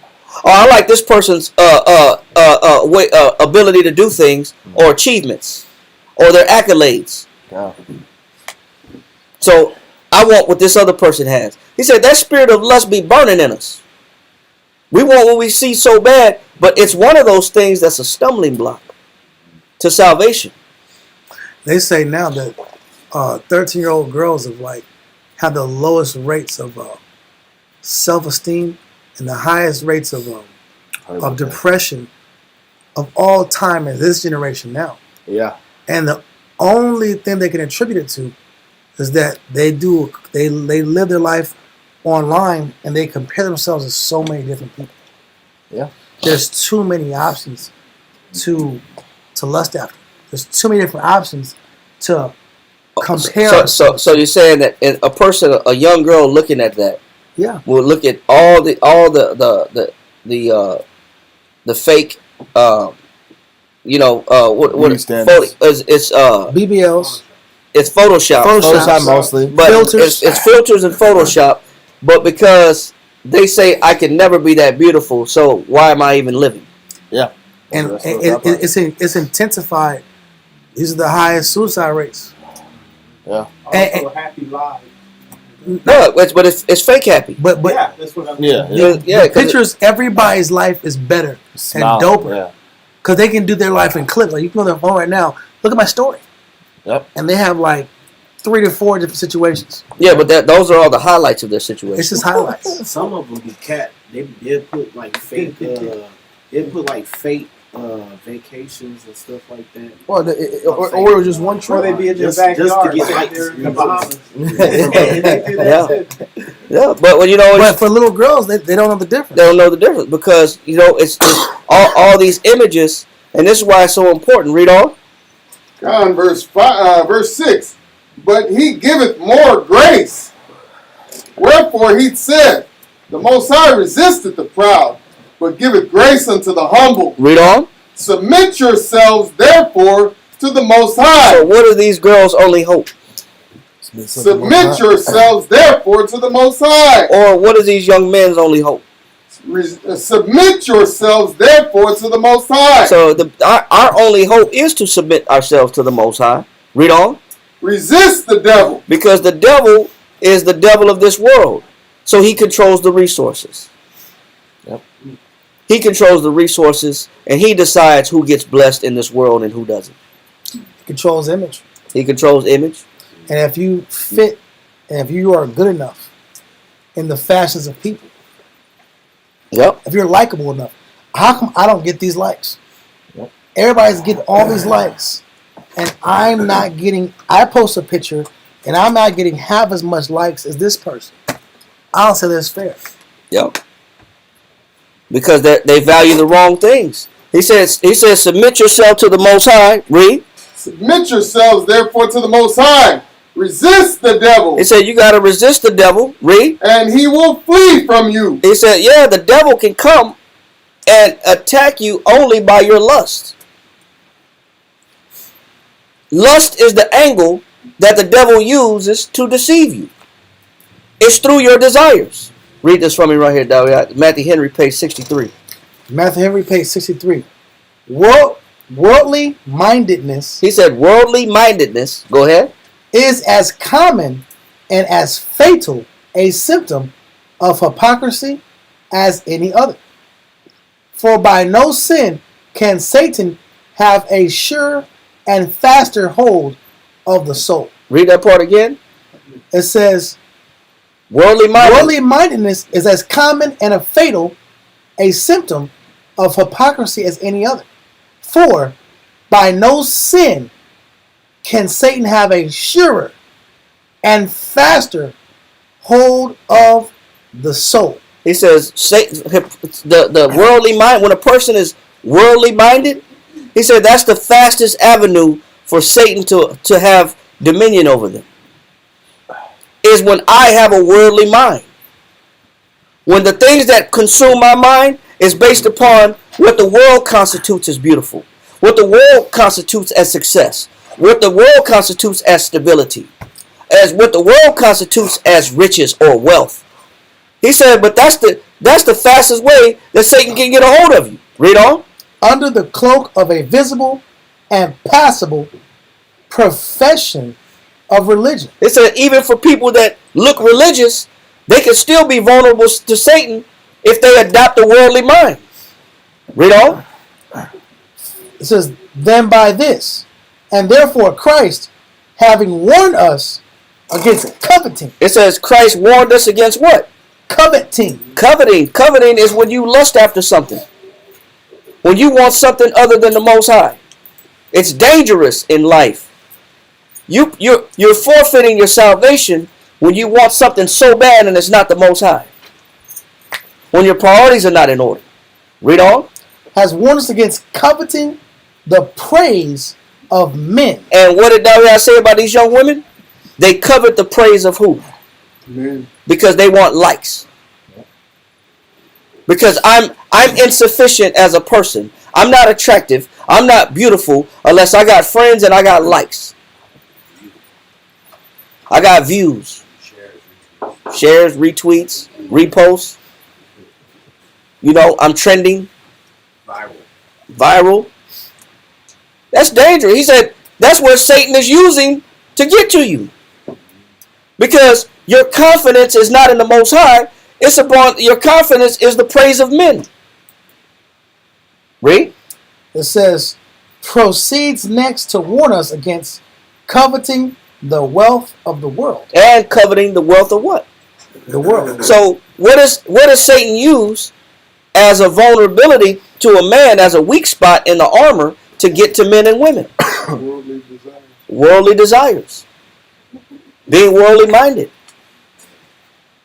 That's the avenue and the way that Satan is let in the door. You let Satan in the door that way. When your mind is not, when you don't have understanding of what should be priority. But a lot of people are hindered in their spiritual development and growth. And it's a stumbling block to them when they don't have the wealth they perceive, when they don't have the notoriety that they perceive, they don't have the comfort they receive. Those are stumbling blocks. They're stumbling blocks to salvation because you're letting Satan use that as a weapon against you. What you don't have as a weapon against you. Not being appreciative that your body works. Not being appreciative that your mind works. The way Satan gets you is based upon what you miss or what you don't have or what you want so bad. And that's what he uses to infiltrate the spirit. Now, hold, let that go. We're gonna let this go. We're gonna go to Genesis chapter 31 because it isn't just in the world today. Nothing's new under the sun. Genesis chapter 31 verse 1.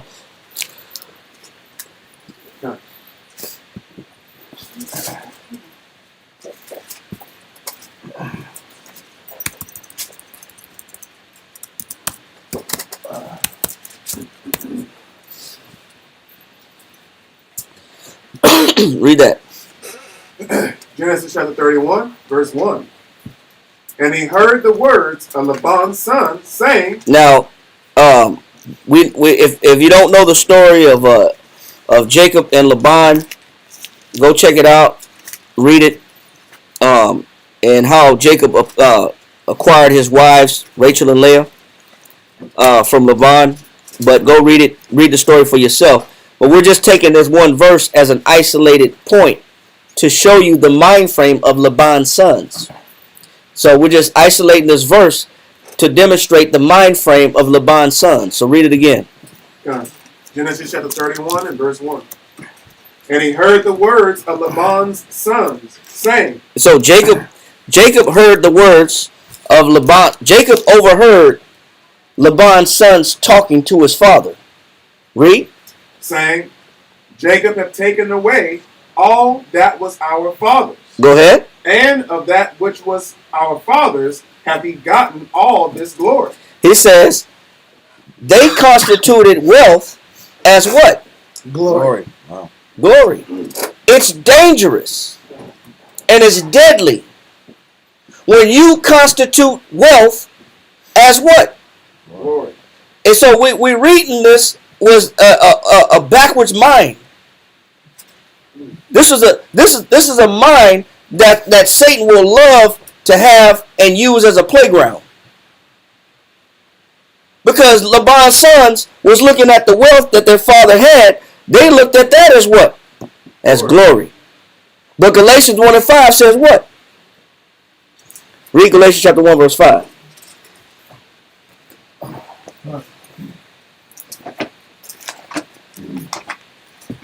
Galatians chapter 1 and verse 5. It says, to whom be glory forever and ever. Amen. So to God be the glory, right? Right. So who gets the glory? The Most High gets the glory.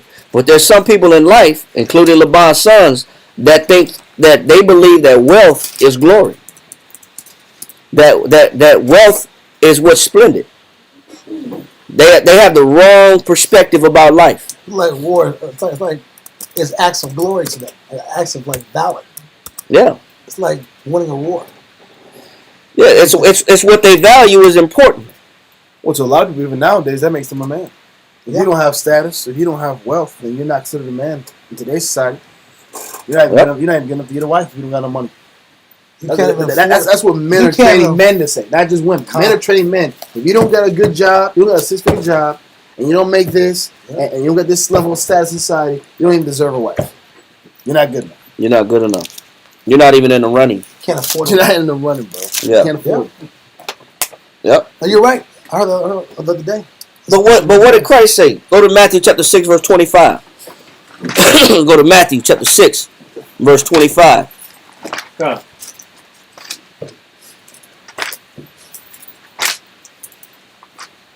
Ready? Yep. Matthew chapter 6 and verse 25.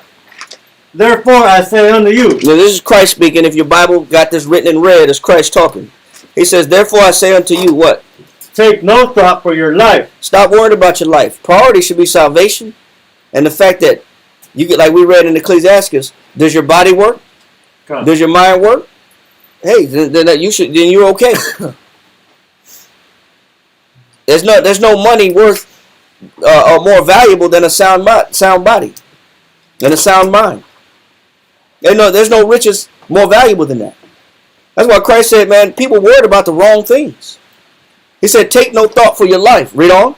Take no thought for your life, what you shall eat, or what you shall drink. These things people worry about. These things people worry about, and these things start to afflict people. Read. Nor yet for your body, what you shall put on. It is not the life. He said, is not the life more than meat. So he said, it's not the fact that you're alive more than the fact of you trying to figure out what you're going to eat. I'm concerned about the wrong things. Did I at least have enough to sustain my life? But a lot of people, they fall into pitfalls and depression because they don't have the food choices that they would like. And not having the food choices burdens them and bothers them. I don't eat like I used to. I don't eat the things that I would want. How about the fact that you're still alive? But because that's not enough for us, though. That's not enough. The fact that we had, man, I looked in the cabinet, I had some beans. I had some beans, I had some tomato sauce, I had some macaroni noodles. Man, serving the Lord sucks. Because we read earlier about you got to make sure that you're not blaming the ministry. Or does serving the Lord suck, or do you just make the best out of those beans, out of those macaroni noodles and that tomato sauce? Yeah. Put your spirit in that. You put your spirit into it. You season it up right. Yeah. Cook it slow, right? Add some crackers to it. Crackers make everything taste a little bit better, man. Some saltines. Get some saltines. Get some crackers. Throw some crackers with it. Crumble some crackers on top of it. Yeah. It makes it taste a little bit more special. Yeah. But he said, is it the fact that you're alive more important than what it is that you're going to eat? Our priorities are wrong. We be worried about the wrong things. Read on.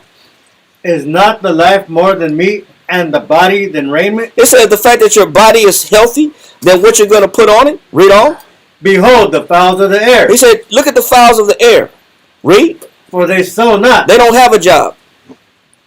They don't put a 9 to 5 in. No, they don't go to work every day. Go ahead. Neither do they reap. Neither do they reap and store in barns. You know what? It said, go ahead. Nor gather in barns. Read. Yet your heavenly Father feedeth them. He says they depend on the Lord every single day. That means they don't have cabinets. They don't have savings accounts. They don't have refrigerators, deep freezers to put meat in to save for a later time. He says they are dependent upon the Most High on a daily basis, and He feeds them every day. You know what he's showing? That's one less worry that should be in your mind about how you're going to take care of yourself. That should not be consuming your mind. Unfortunately, it's a stumbling block to men. Yeah. The things that I don't have is a stumbling block to salvation. Read on. Are ye not much better than they? He says, are you not more valuable than some birds? He's asking a question. Hold this and go to Ecclesiastes chapter 30, verse 21.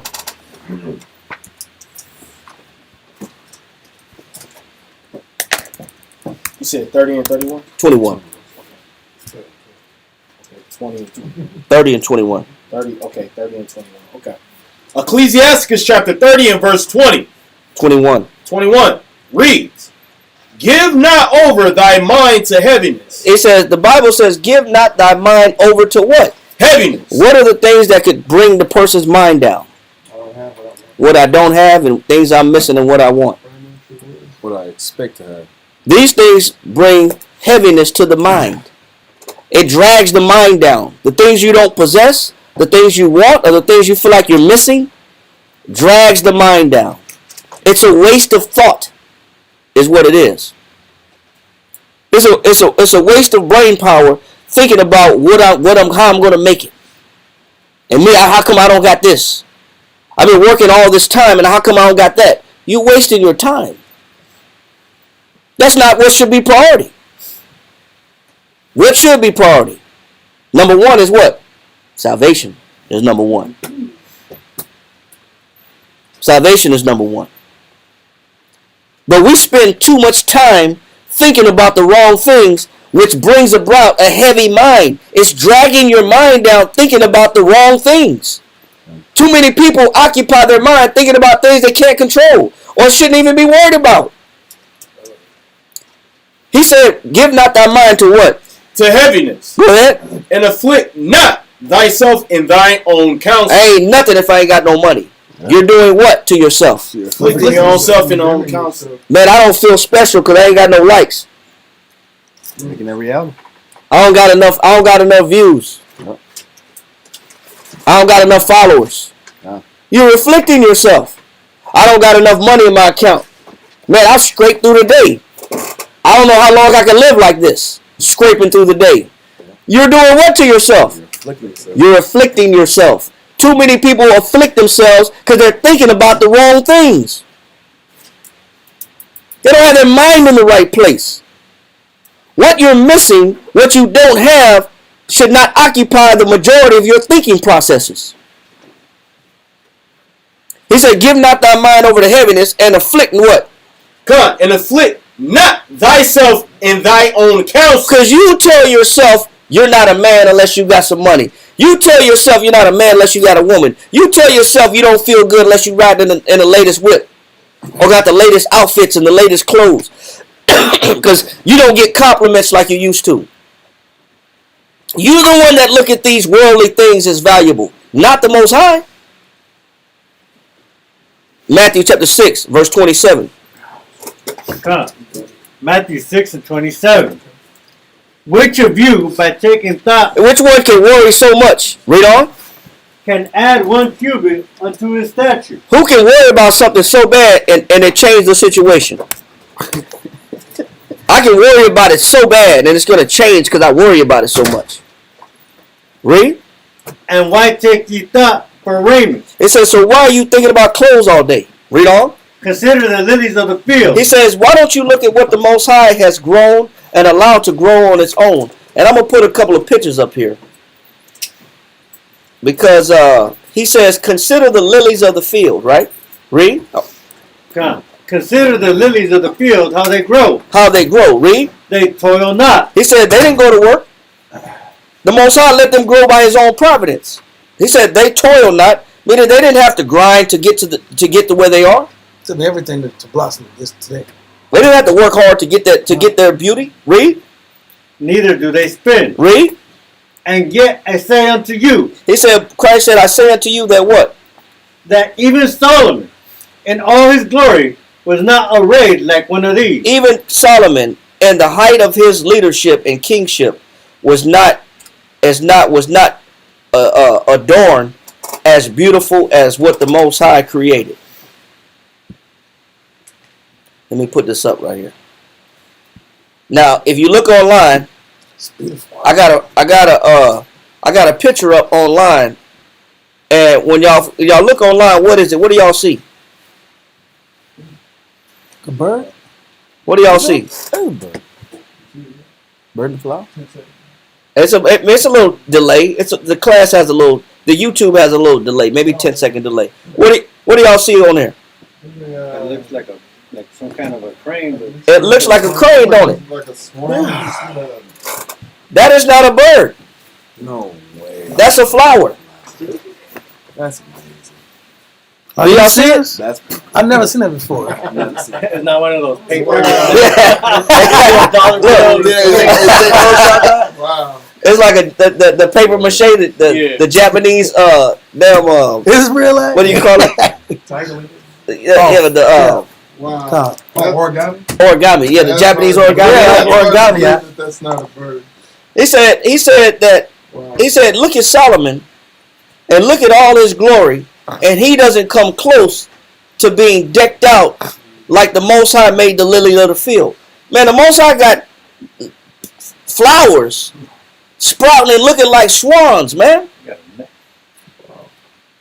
I know. Is it the butterfly flower now? I know. What? The Most High got. That's real life? This is real. I verified this. Fact check. Yes, he fact checked I it. checked it out. So he said, man, These are beautiful. even if you tried You couldn't become as beautiful as what the Most High created on its own. Wow. That's crazy. And we got another picture up here of. Amazing. Oh, look up on your own some butterfly flowers. The moonlight butterfly. Moonlight butterfly is a flower that looks like a bunch of petals that look like butterflies are surrounding these petals. Wow. It said, but not even Solomon, in the height of his kingdom, could deck himself out like the Most High did the things that grow on their own. That's crazy. I got another one right here. He said, I don't even know what you call this. Oh, it's passion flower. Yeah, that is a passion flower. He said, but this looked like something that grew on another planet, bro. It does. It doesn't even look real. It's dangerous. Stay away from it. It does. Actually, that particular flower, when you turn into a tea, is phenomenal for anxiety, mental anxiety. This one of the plant, best for mental anxiety. This plant, anxiety and blood pressure. Yeah, I'll see. But you know what? But imagine a garment like that, man. Oh, you know what I'm saying? God. Crazy. But he's saying that not even Solomon could compete with the things that the Most High allowed to grow natural. Here's another one that grows on the West Coast. That's cool. These are birds of paradise. Those are cool. Birds of paradise, but these are flowers, bro. That's cool. But he's saying, read that again in Matthew chapter 6, verse 29. Matthew 6 and 29. And yet I say unto you, that even Solomon in all his glory was not arrayed like one of these. He said not even Solomon could compete with what the Most High let grow naturally. Read on. Wherefore, if the Most High so clothe the grass of the field. And that's why Christ said, for this reason, if the Most High does these beautiful things to the grass of the field, which we're more valuable than, read on. Which today is. Go ahead. And tomorrow it cast into the oven. And when the seasons change, they burn up. They're temporary. Read on. Shall he not much more clothe you? So if I'm worried about the things that I shouldn't be worried about, read on. O ye of little faith. What's my problem? O ye of little faith. And so if my mind is occupied on things that it shouldn't be occupied on, then what is the problem? O ye of little faith. If I'm worried about something too much that I can't control, what is the problem? O ye of little faith. If I'm upset that I don't have the things that I feel like I should have, what's the problem? O ye of little faith. What is the class? What is the issue for somebody that afflicts themselves in their mind with worried about things that don't pertain to salvation? Lack of faith. It's a lack of faith. Yes, sir. And I worked in the calendar. I used to work for Leaves Flowers. And we used to get a lot of exotic flowers from the mountains up the neck. I used to actually deliver that bird of paradise. I'm gonna tell you, it's nothing like seeing it with a raw eye. I mean, I literally used to, it was one of the main ones, and that plant alone went for $400. And I'm gonna tell you, when you look at it, and you look at it, and you get closer to it, and you get closer to it, but you can't make the distinction. It looks just like a bird. But you have to experience it to see that plant raw. Right. Now imagine a field of them. Imagine walking up on a field of the birds of paradise. You would feel like you're in paradise. You know, growing up in LA, I mean, seeing them all the time, it took it for granted. Like, we had all these beautiful flowers, and I used to have them in my yard. Yeah. In LA as a kid, like, looking at them now, I'm like, damn, I didn't even know what was, you know. Man, you know what? I used to throw pomegranates. We should throw pomegranates at each other. You know? And hey, I'm saying, we used to get pomegranates and have pomegranate fights. But you know how expensive a pomegranate is now? I gotta think twice. They got three for $10 at the Costco. I'm serious, man. They got 3 for $10 at Costco, and I'm like, man, I used to throw these. I was like, man, I really want to spend. I really want to spend 10 for 3. Trying to stain your clothes. Yeah, man. You know, but you take all these things for granted. Yeah, man. We now fights, man. But you know what? I wouldn't do that now. 3 for $10. But man, I'm serious, bro. Limes were $24, and lemons were 10 for $1. This is, and avocados were 5 for $1. Avocados now are like $1 each. Yeah. But you know, we didn't took these things for granted. But Christ is still saying that if you're worried about things that you can't control, the issue that you're dealing with is you lack faith in the Most High. This is why your priorities are out of order. Your mind is somewhere else that it shouldn't be, in a place that the Most High controls. He takes care of your well-being. Why are you concerned with your well-being? He oversees your stability. Why are you worried about your stability? He oversees your health. Why are you worried about your health so much? You can't control it. What he's saying is our focus should be on the Most High and not on the material thing itself, not on the worldly thing itself. So he says, give not thy mind to heaviness, right? Give me 1 Timothy chapter 6, verse 10.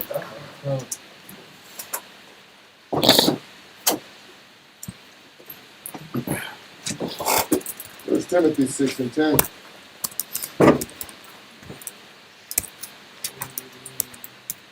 First Timothy chapter 6, verse 10.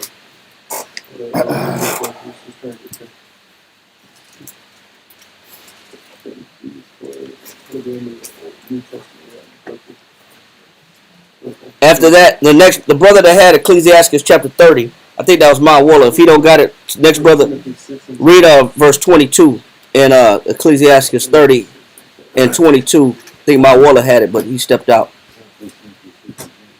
Read that verse. No, read what Ahmad got. 1 Timothy chapter 6, verse 10.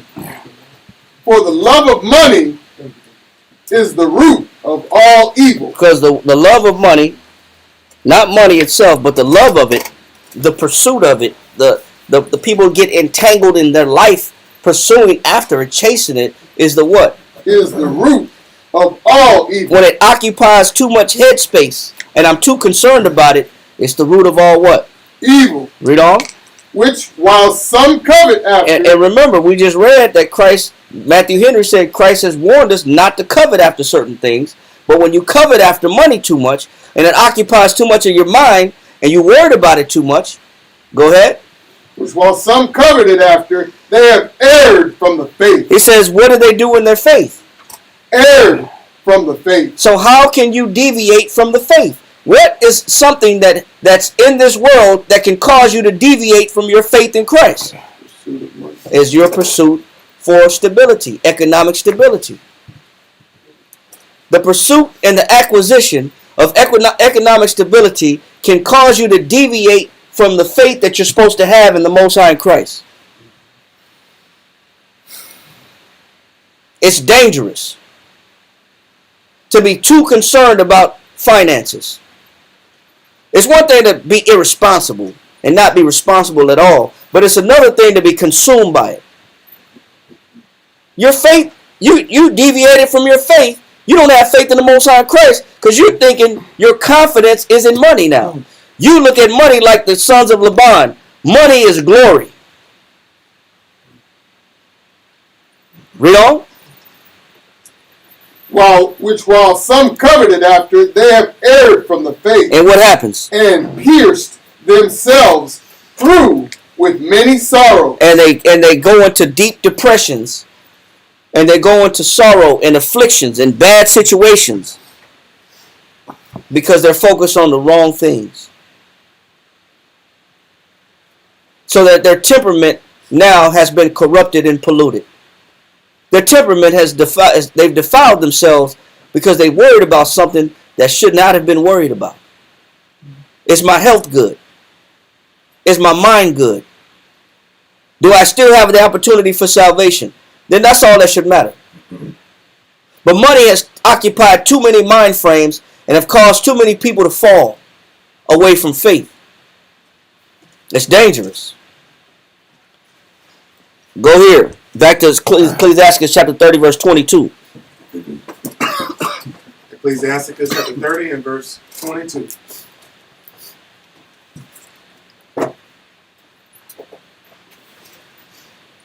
Read that. The gladness of the heart. It says the fact that you have a positive outlook, that you sustain a positive outlook, that you don't worry about the wrong things, your mind is not in the wrong place, and you can have a positive outlook at the Most High and what He's done for you and what He's given you. He says, a what? The gladness of the heart. Which is the mind. Go ahead. Is the life of man. You have to do everything possible to keep your mind pure. You got to make sure that nothing robs you of your joy. And too many times, finances and stability and wanting things and worried about the things I don't have, the things that I want so bad, too many times, those things rob me of my joy. This is why I'm not happy, because I don't look at things the right way. I'm not looking at life the right way. You can't let things rob, or what you don't have or don't possess rob you of your joy. You're supposed to sustain a positive outlook at all times. Whether you up or down. Whether you have it or have not. Whether you're rich or poor. You're supposed to sustain a positive outlook towards the Most High. Hold that and give me this. I know we pulled Matthew Henry a lot. I know we talk about him a lot, so I'm going to just read something from him.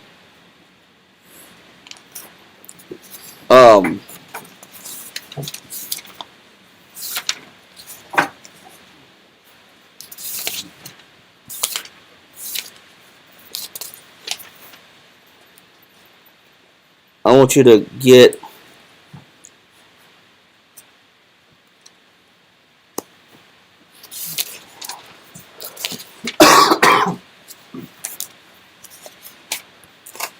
I want you to read this. Read this for me.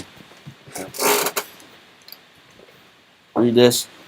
Matthew Henry, we read a lot from his commentary, because his commentary, he was very devout man when it came to dedicating his mind to understanding the scriptures.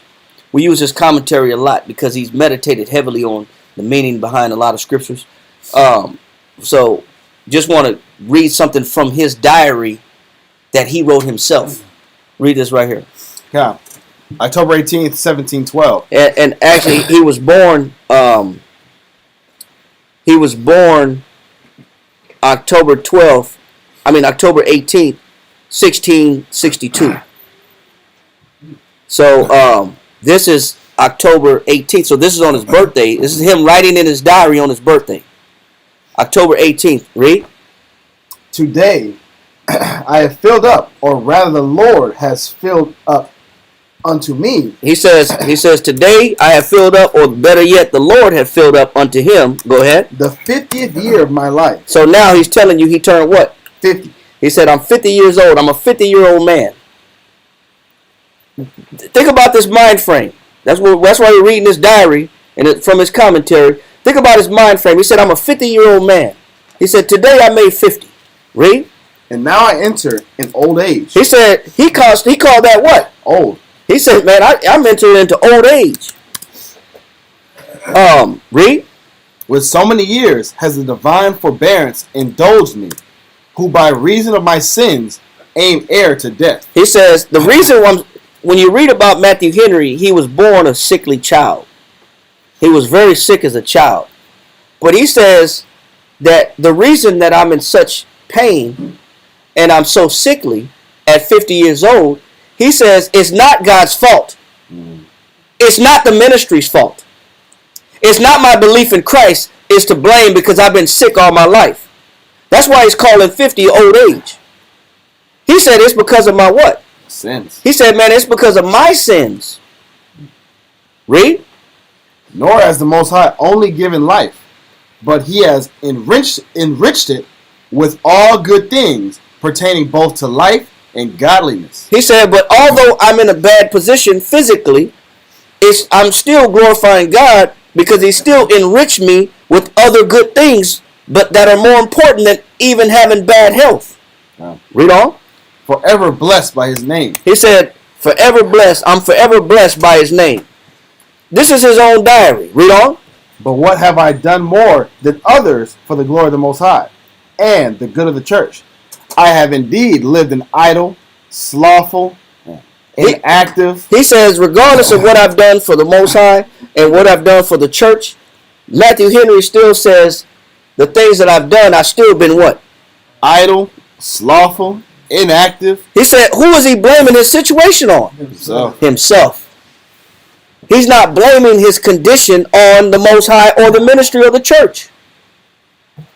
He said, my sickness was due to my sins. And if regardless of what I've done for the church, I've still been slothful. I've still been lazy. What else? And useless life. Have mercy on me. He said, but he's begging the Lord for what? Mercy. He's begging the Lord for mercy. He's 50 years old, sick as a dog. He has some type of epilepsy. He has 9 children and a wife.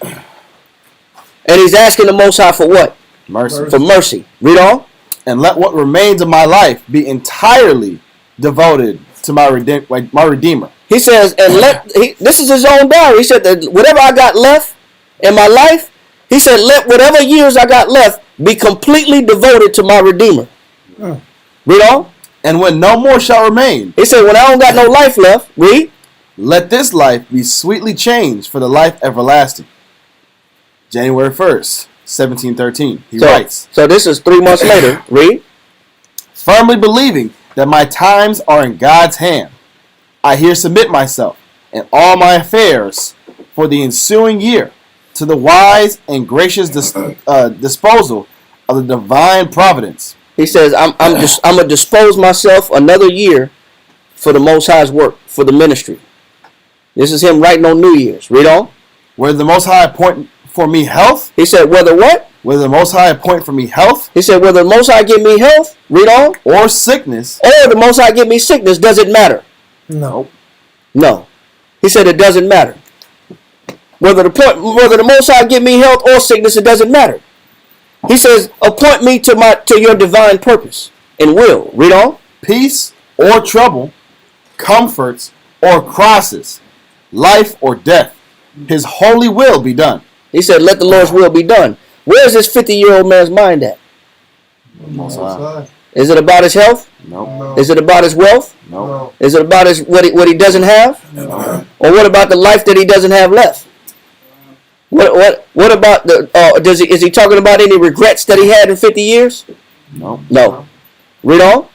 Believing that my heart is in the Most High's hand, this precious soul of mine I commit to the conduct of the divine grace and submit to the influences and operations of the blessed Spirit to be wrought up to a conformity to the will of the Most High in everything. I depend upon the Most High. He said what? I depend upon the Most High to give me a wise and understanding heart for all the services I may be called out unto. He said, that's all I'm asking for. He said, just give me a wise and understanding heart so I can do more work for you, Lord. Read on. And from him I hope to obtain mercy to be found faithful. What is he begging for? Mercy. He's just begging for mercy. Read on. The sphere of my usefulness is much enlarged. Oh, that my heart may be proportionally enlarged. And as the day is, so let the wisdom and strength and grace be. Temptations to spiritual pride are many. Oh, that the grace of the Most High may be sufficient for me to keep me humble, very humble, to keep up in me always a humble sense of my own unworthiness, weakness, and many follies and infirmities. So he says, just keep me reminded of how weak I am, so I don't ever get beside myself and grow prideful. Read on. God. It says, and a humble dependence upon the Lord Yahushua, Jesus Christ, as all in all, both for righteousness and strength. He says, and I keep a humble heart for the work of Christ, for righteousness and for strength. Now, a year and a half after he wrote this, he died. He died at 52. So when he was writing this diary, keeping up this diary, what he was begging for was mercy. That's what he occupied himself with. It wasn't about what he didn't have, what he regret, or what he lost, or what he was missing, or the money he didn't have, or what he wished he could achieve. His mind, where his mind was at, was on allow me to have whatever you want to do your will to be sufficient enough to do your will, whether I have my health or not. Just be merciful to me. That's what occupied his mind. And a year and 6 months after writing that, he's dead. Fell off a horse, went into a coma or a trance, like, I don't know what you call it when a person is just staring and they got shallow breathing, they're just staring. He did that for 3 hours and then he went to sleep. He was speechless and his eyes, he was in a cold stare and he was speechless for 3 hours and then he died. But what was he asking for? Mercy. He was asking for mercy. That's what occupied his mind. Psalms 32 and 10.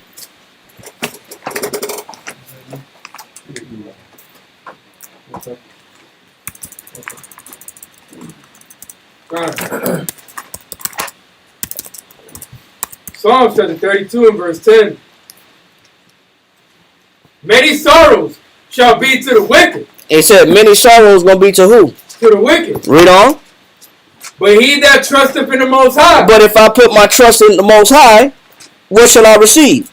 Mercy. What shall I receive? Mercy. If I do what? Said, shall compass them about. He said, mercy shall compass me about. What shall I get if I put my mind in the right place? Mercy. I shall get mercy. Same thing Matthew Henry was begging for before he died. That's the same thing we should all be asking for. Is more mercy. Not about more money. Not about more economic stability. Not about more things that pertain to me becoming wealthy or becoming comfortable. What should be ruling my mind is I need more mercy. But if I trust the Most High, not having that lack of faith that Christ talked about in Matthew chapter 6, he says the mercy will compass me about. The Most High will give me more time to obtain salvation. He'll let me do more works that are attributed to salvation. Ecclesiastes chapter 30 verse 23 now.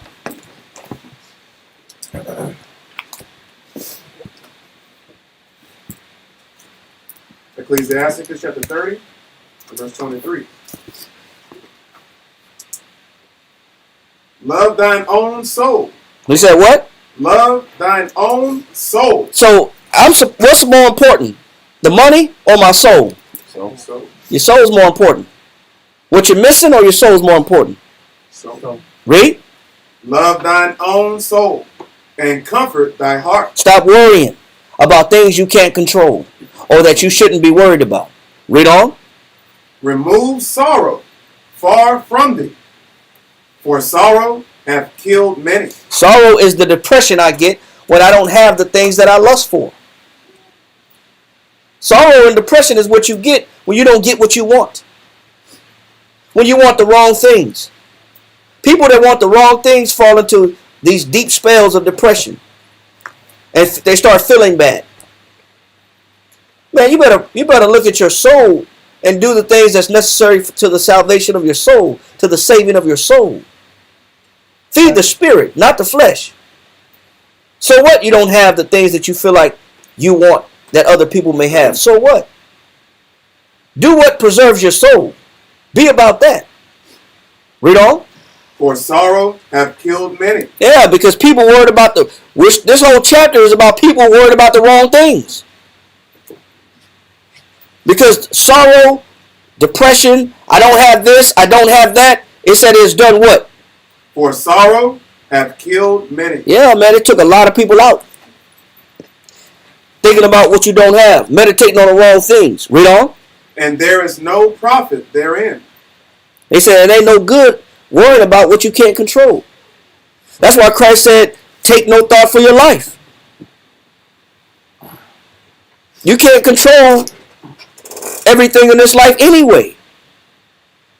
But what you can do is restructure your mind, recalibrate your mind to focus on the right things. The right things pertain to what can you do for the Lord spiritually? Do you value what Christ has done for you?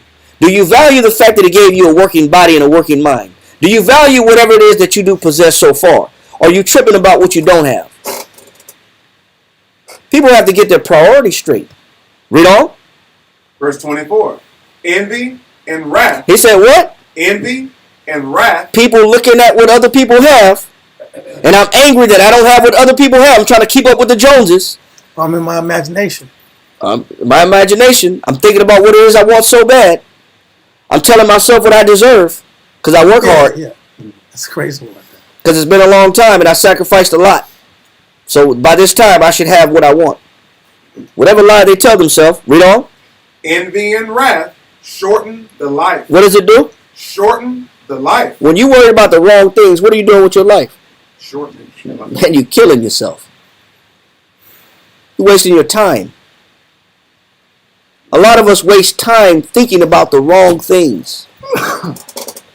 When the priorities are misaligned, you're wasting your time. When you're looking at the wrong things, worried about the wrong things, you're wasting your time. You're taking years off your life. What we should be asking for is mercy. To be able to do more for the Lord. Read on. Envy and wrath shorten the life. And carefulness. And carefulness is worrying. And worrying does what? Bringeth age before the time. All worrying does is do what? Ages us. It ages you. You start looking old. You start becoming old. Worrying has that ability to take years off your life. That's why you have to do what the scripture said, and don't give your mind over to no heaviness. He said the gladness of the heart is the life of man. You gotta sustain a positive outlook if you're gonna sustain your youth. People that worry, but they get old, they start breaking down because the body does manifest worrying. It's called cortisol. Yep. The body, when the body worries, when the mind worries too much, it forces the release of cortisol into your blood. Cortisol starts the breakdown of the cells. One of the cell's tissue that it starts to destroy first is the stomach lining. Yep. Cortisol reaches the stomach and rips away at the stomach lining. And this is when you have intestinal bleeding. This is when you have ulcers. This is when you have inflammation of the gut. This is when you have inflamed bowels. When you have Crohn's disease. When you have bleeding in the rectum. This is when you start to develop cysts in the body. When you get leaky gut syndrome. When your gut starts to leak. Toxins into your bloodstream. It comes from what?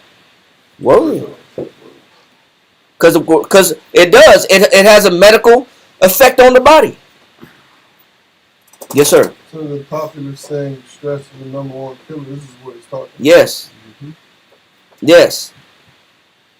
Causes hypertension. Hypertension is when your heart cannot keep up because your veins are constricted and arteries are constricted. So your heart is pumping harder than it needs to be, which is a key component to stroke and heart attack and cardiac arrest and heart failure and heart damage. Worrying does kill the body, literally. So if you lack faith in Christ, you will start to dissolve. Your lack of faith will attribute to your diminishing of your life. You kill yourself faster when you don't have faith. You wear yourself out. Read on. Verse 25. A cheerful and good heart. That's why it says it's important that you maintain a what? A cheerful and good heart. You better learn how to maintain a cheerful and good heart. That means you got to start letting the Most High take on things that you can't control. You got to start giving your worries and fears over to the Most High. Christ said, in me you have peace, but in the world you have what? Tribulation. You got to start giving your worries and cares over to Christ. Lord, I need you to take care of these things for me.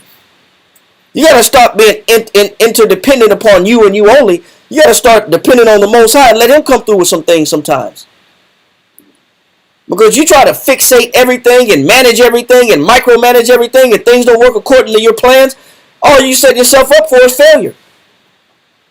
You're going to destroy yourself. You got to do what preserves a positive mind. And if I increase my faith, then I can start looking at everything around me positive. But that comes from trusting in the Most High, not my own power. Read on. A cheerful and good heart will have a care of his meat and diet. And if you do have a positive outlook, you're not going to indulge. You'll eat right. You'll eat accordingly. You won't be greedy on your meats. You won't destroy yourself by your bad habits. It shows you how indulgence goes with worry and anxiety, bad eating and bad dieting. It shows you how bad thinking goes with bad eating. Yep. How they're tied together. And it also shows you how good thinking goes with good eating. Because you know what? When I feel bad, I'm not eating for comfort. Because the Most High is my comfort. Because the Scriptures is my comfort. So I don't eat for comfort. I'm not eating to feel better. Yes, sir. You know, some days, like, when you're short on food or whatever, like, you just tell yourself, you know what, I'm more fast. And what's wrong with that? Nothing. It's great for health anyway. Give that justice system a break. Give your body a break. But if you got a strong mind, a healthy, positive mind, you'll have a healthy, positive constitution. Yep. They go hand in hand. Read this for me, Dawiyat. Follow right here about if you do have resources, because we're talking about what happens if you don't. But some people do have resources. So what if you do have resources? Read this, page 889. 889. And if you should have abundant supplies of things. Follow is a Jewish historian. He's a historian. He said if you do have abundant supplies of what? Of the things requisite. So say if money is not a problem, and say worrying is not a problem, and things you're pretty blessed on having resources. Read on. If you do have abundant supplies of all the things requisite of the indulgence of those passions, go ahead, which lie beneath the belly. He said, and if you do got enough resources to feed yourself how you want, when you want, he says, read on. Be not carried away by such plenty. He says, still, you better use moderation. Even if money is not a problem and you do got a refrigerator full of food, you still can't be indulgent in your passions. You still can't let your passions get the best of you. If money's not the problem and money's good and the refrigerator is full, does that mean you eat everything you see? No. He said you still keep yourself in a moderate state of mind. Read on. But opposed to them a saving degree of contentedness, which means I'm content or I'm satisfied. I can satisfy myself with what I eat. I don't have to eat any and all things in front of me in order for me to be satisfied. He said I got to learn how to content myself or satisfy myself with smaller portions, even if I have more choices. Meaning I have to stay grounded. Read on. Taking in this way dry ground to stand upon, instead of an absorbing quicksand. He says, because if you just gorge and become an indulgent personality, just because you have abundant resources, he says you're still sinking in quicksand. You're still bringing yourself down. Is that it? Yep. No, matter of fact, read on. One should practice. One should practice contented. He says, even if your resources are good, you should still practice contented. Meaning being satisfied with what's in front of you with moderation. You don't have to eat everything you see to be full. You don't have to eat yourself to the full to be satisfied. Meaning I learned how to be content. Meaning I can satisfy myself with whatever's in front of me. Too many times we're used to the Texas way.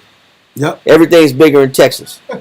So that means I got to eat my whole plate in order to be satisfied. Bigger and better and more. more. I spent my money on this, so I got to eat it all in one sitting. Not break this up in 2 days. It's still a greedy mind. It's still a wrong mentality. I'm still insatiable.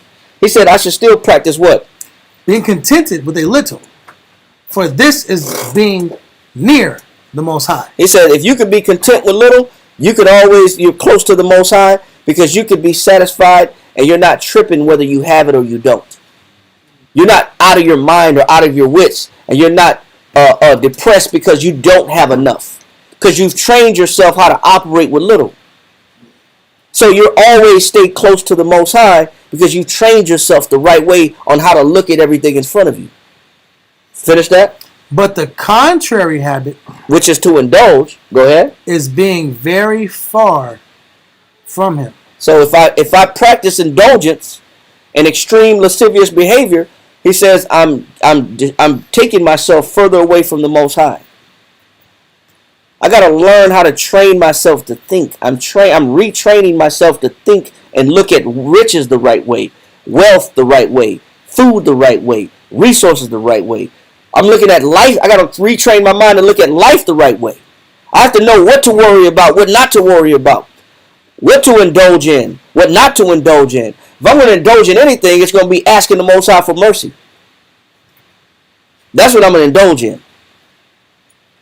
I got to learn how to function and retrain ourselves how to think spiritually, because salvation is the key, and we can't let anything be a stumbling block. All right? Ecclesiastes, we're in 31. Ecclesiastes chapter 31, page 89. Watching for the riches consumeth the flesh. He said, watching for the riches does what? Consumeth the flesh. Watching for the riches consumeth the flesh. Go ahead. And the care thereof driveth away sleep. And so it's showing you worrying about the wrong things does what? Driveth away sleep. It kills your ability to be at rest. I'm worried too much. My mind's in the wrong place. My priorities are out of order. Read on. Watching care will not let a man slumber. Go ahead. As a sore disease breaketh up sleep. He says that's what happens when somebody worries too much. It damages your ability to rest. Your mind needs to rest. There's only two things that is always active, and it's only replenished during sleep, and that's the brain and the heart. The heart works all day long. It never stops. And the only time it rebuilds its cellular tissue is during rest. Is when your heart is at what's called a resting heart rate. When your heart rate is at a resting heart rate, whether it's 52 beats a minute, 64 beats a minute, 72 beats a minute, whatever it is, whatever your heart rate rests at is the time that your heart needs to rebuild its damaged tissue and bring old heart cells out and new heart cells in. Only when the body's at rest does the heart rebuild itself. It's the same way with the mind. The mind works all day long. The only time the mind replenishes itself and brings new cells to its processes is when the mind is asleep. That's the only time that it rebuilds itself. Yes, sir. Does that happen only during REM sleep? Yes. The resting heart rate is when you're in REM sleep. That's when your body is actually rebuilding itself. When the heart and the mind is rebuilding, is in sleep. But if you can't, because you lack faith and you worry so much, and you're not content in your life, and you're not satisfied in your life, and you're not getting sleep, you are breaking your own body down. You are destroying the fabric of your heart cell tissue. You're destroying brain matter and brain tissue. You're burning it out because you're not giving it time to rebuild itself, because you're too busy thinking about the things you can't control, because you're too busy thinking about the things you don't have, because you're too busy thinking about what's going to be your next dinner or your next lover or your next place of interest or your next job or your next career or whatever it is that people worry about. That's really not that important. That's how you burn yourself out. Read on. Verse 3.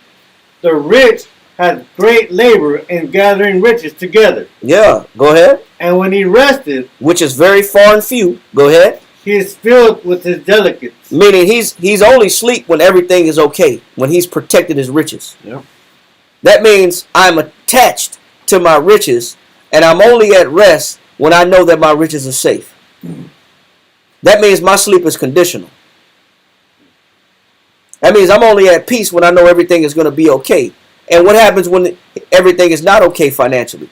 That person falls and fails and goes into a pit because their confidence is in the wrong place. Next, last verse.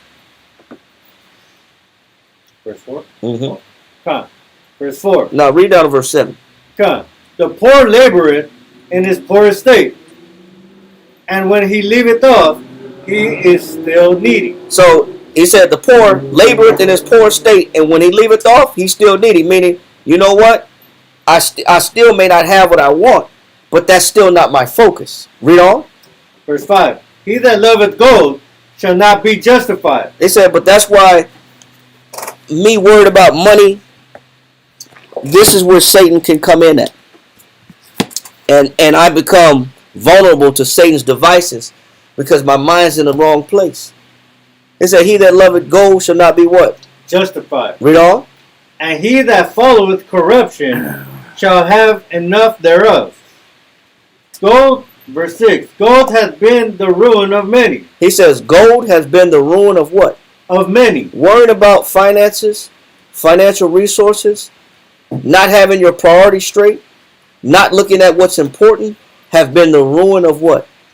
Of many. Many people have destroyed themselves worried about the wrong damn thing. And not worried about having faith and mercy and salvation and health. Not valuing the right things. Read on. And their destruction was present. Go ahead. Verse 7. It is a stumbling block. It said, and it's a what? It is a stumbling block. What did we say that earlier in the class? You can't let anything be a stumbling block to your salvation. And resources, worrying, putting my mind in the wrong place are stumbling blocks. It said it is a stumbling block. Read on. It is a stumbling block unto them that sacrifice unto it. Read on. And every fool shall be taken therewith. And every fool shall be taken by the stumbling block of worrying about things that are not that important. So the class is called the substance of priority. There are certain things that should be priority and should take precedence over my life. Increasing faith, trusting the Most High, valuing the fact that I have health, valuing the fact that I'm making salvation the end goal. That's the number one focus of salvation. Being acquainted with the Most High's mercy, obtaining the Most High's mercy. These things should be taken priority. Everything else shouldn't be worried about. It's going to age you, take your life away, and destroy you, and grow old faster and wear you out faster than you should. Eat your life up. Any questions? All right, with that, we're going to say shalom. We'll see you again on Friday. And the water for everybody watching online, and the water for everybody watching in class. All right. Any questions? No questions.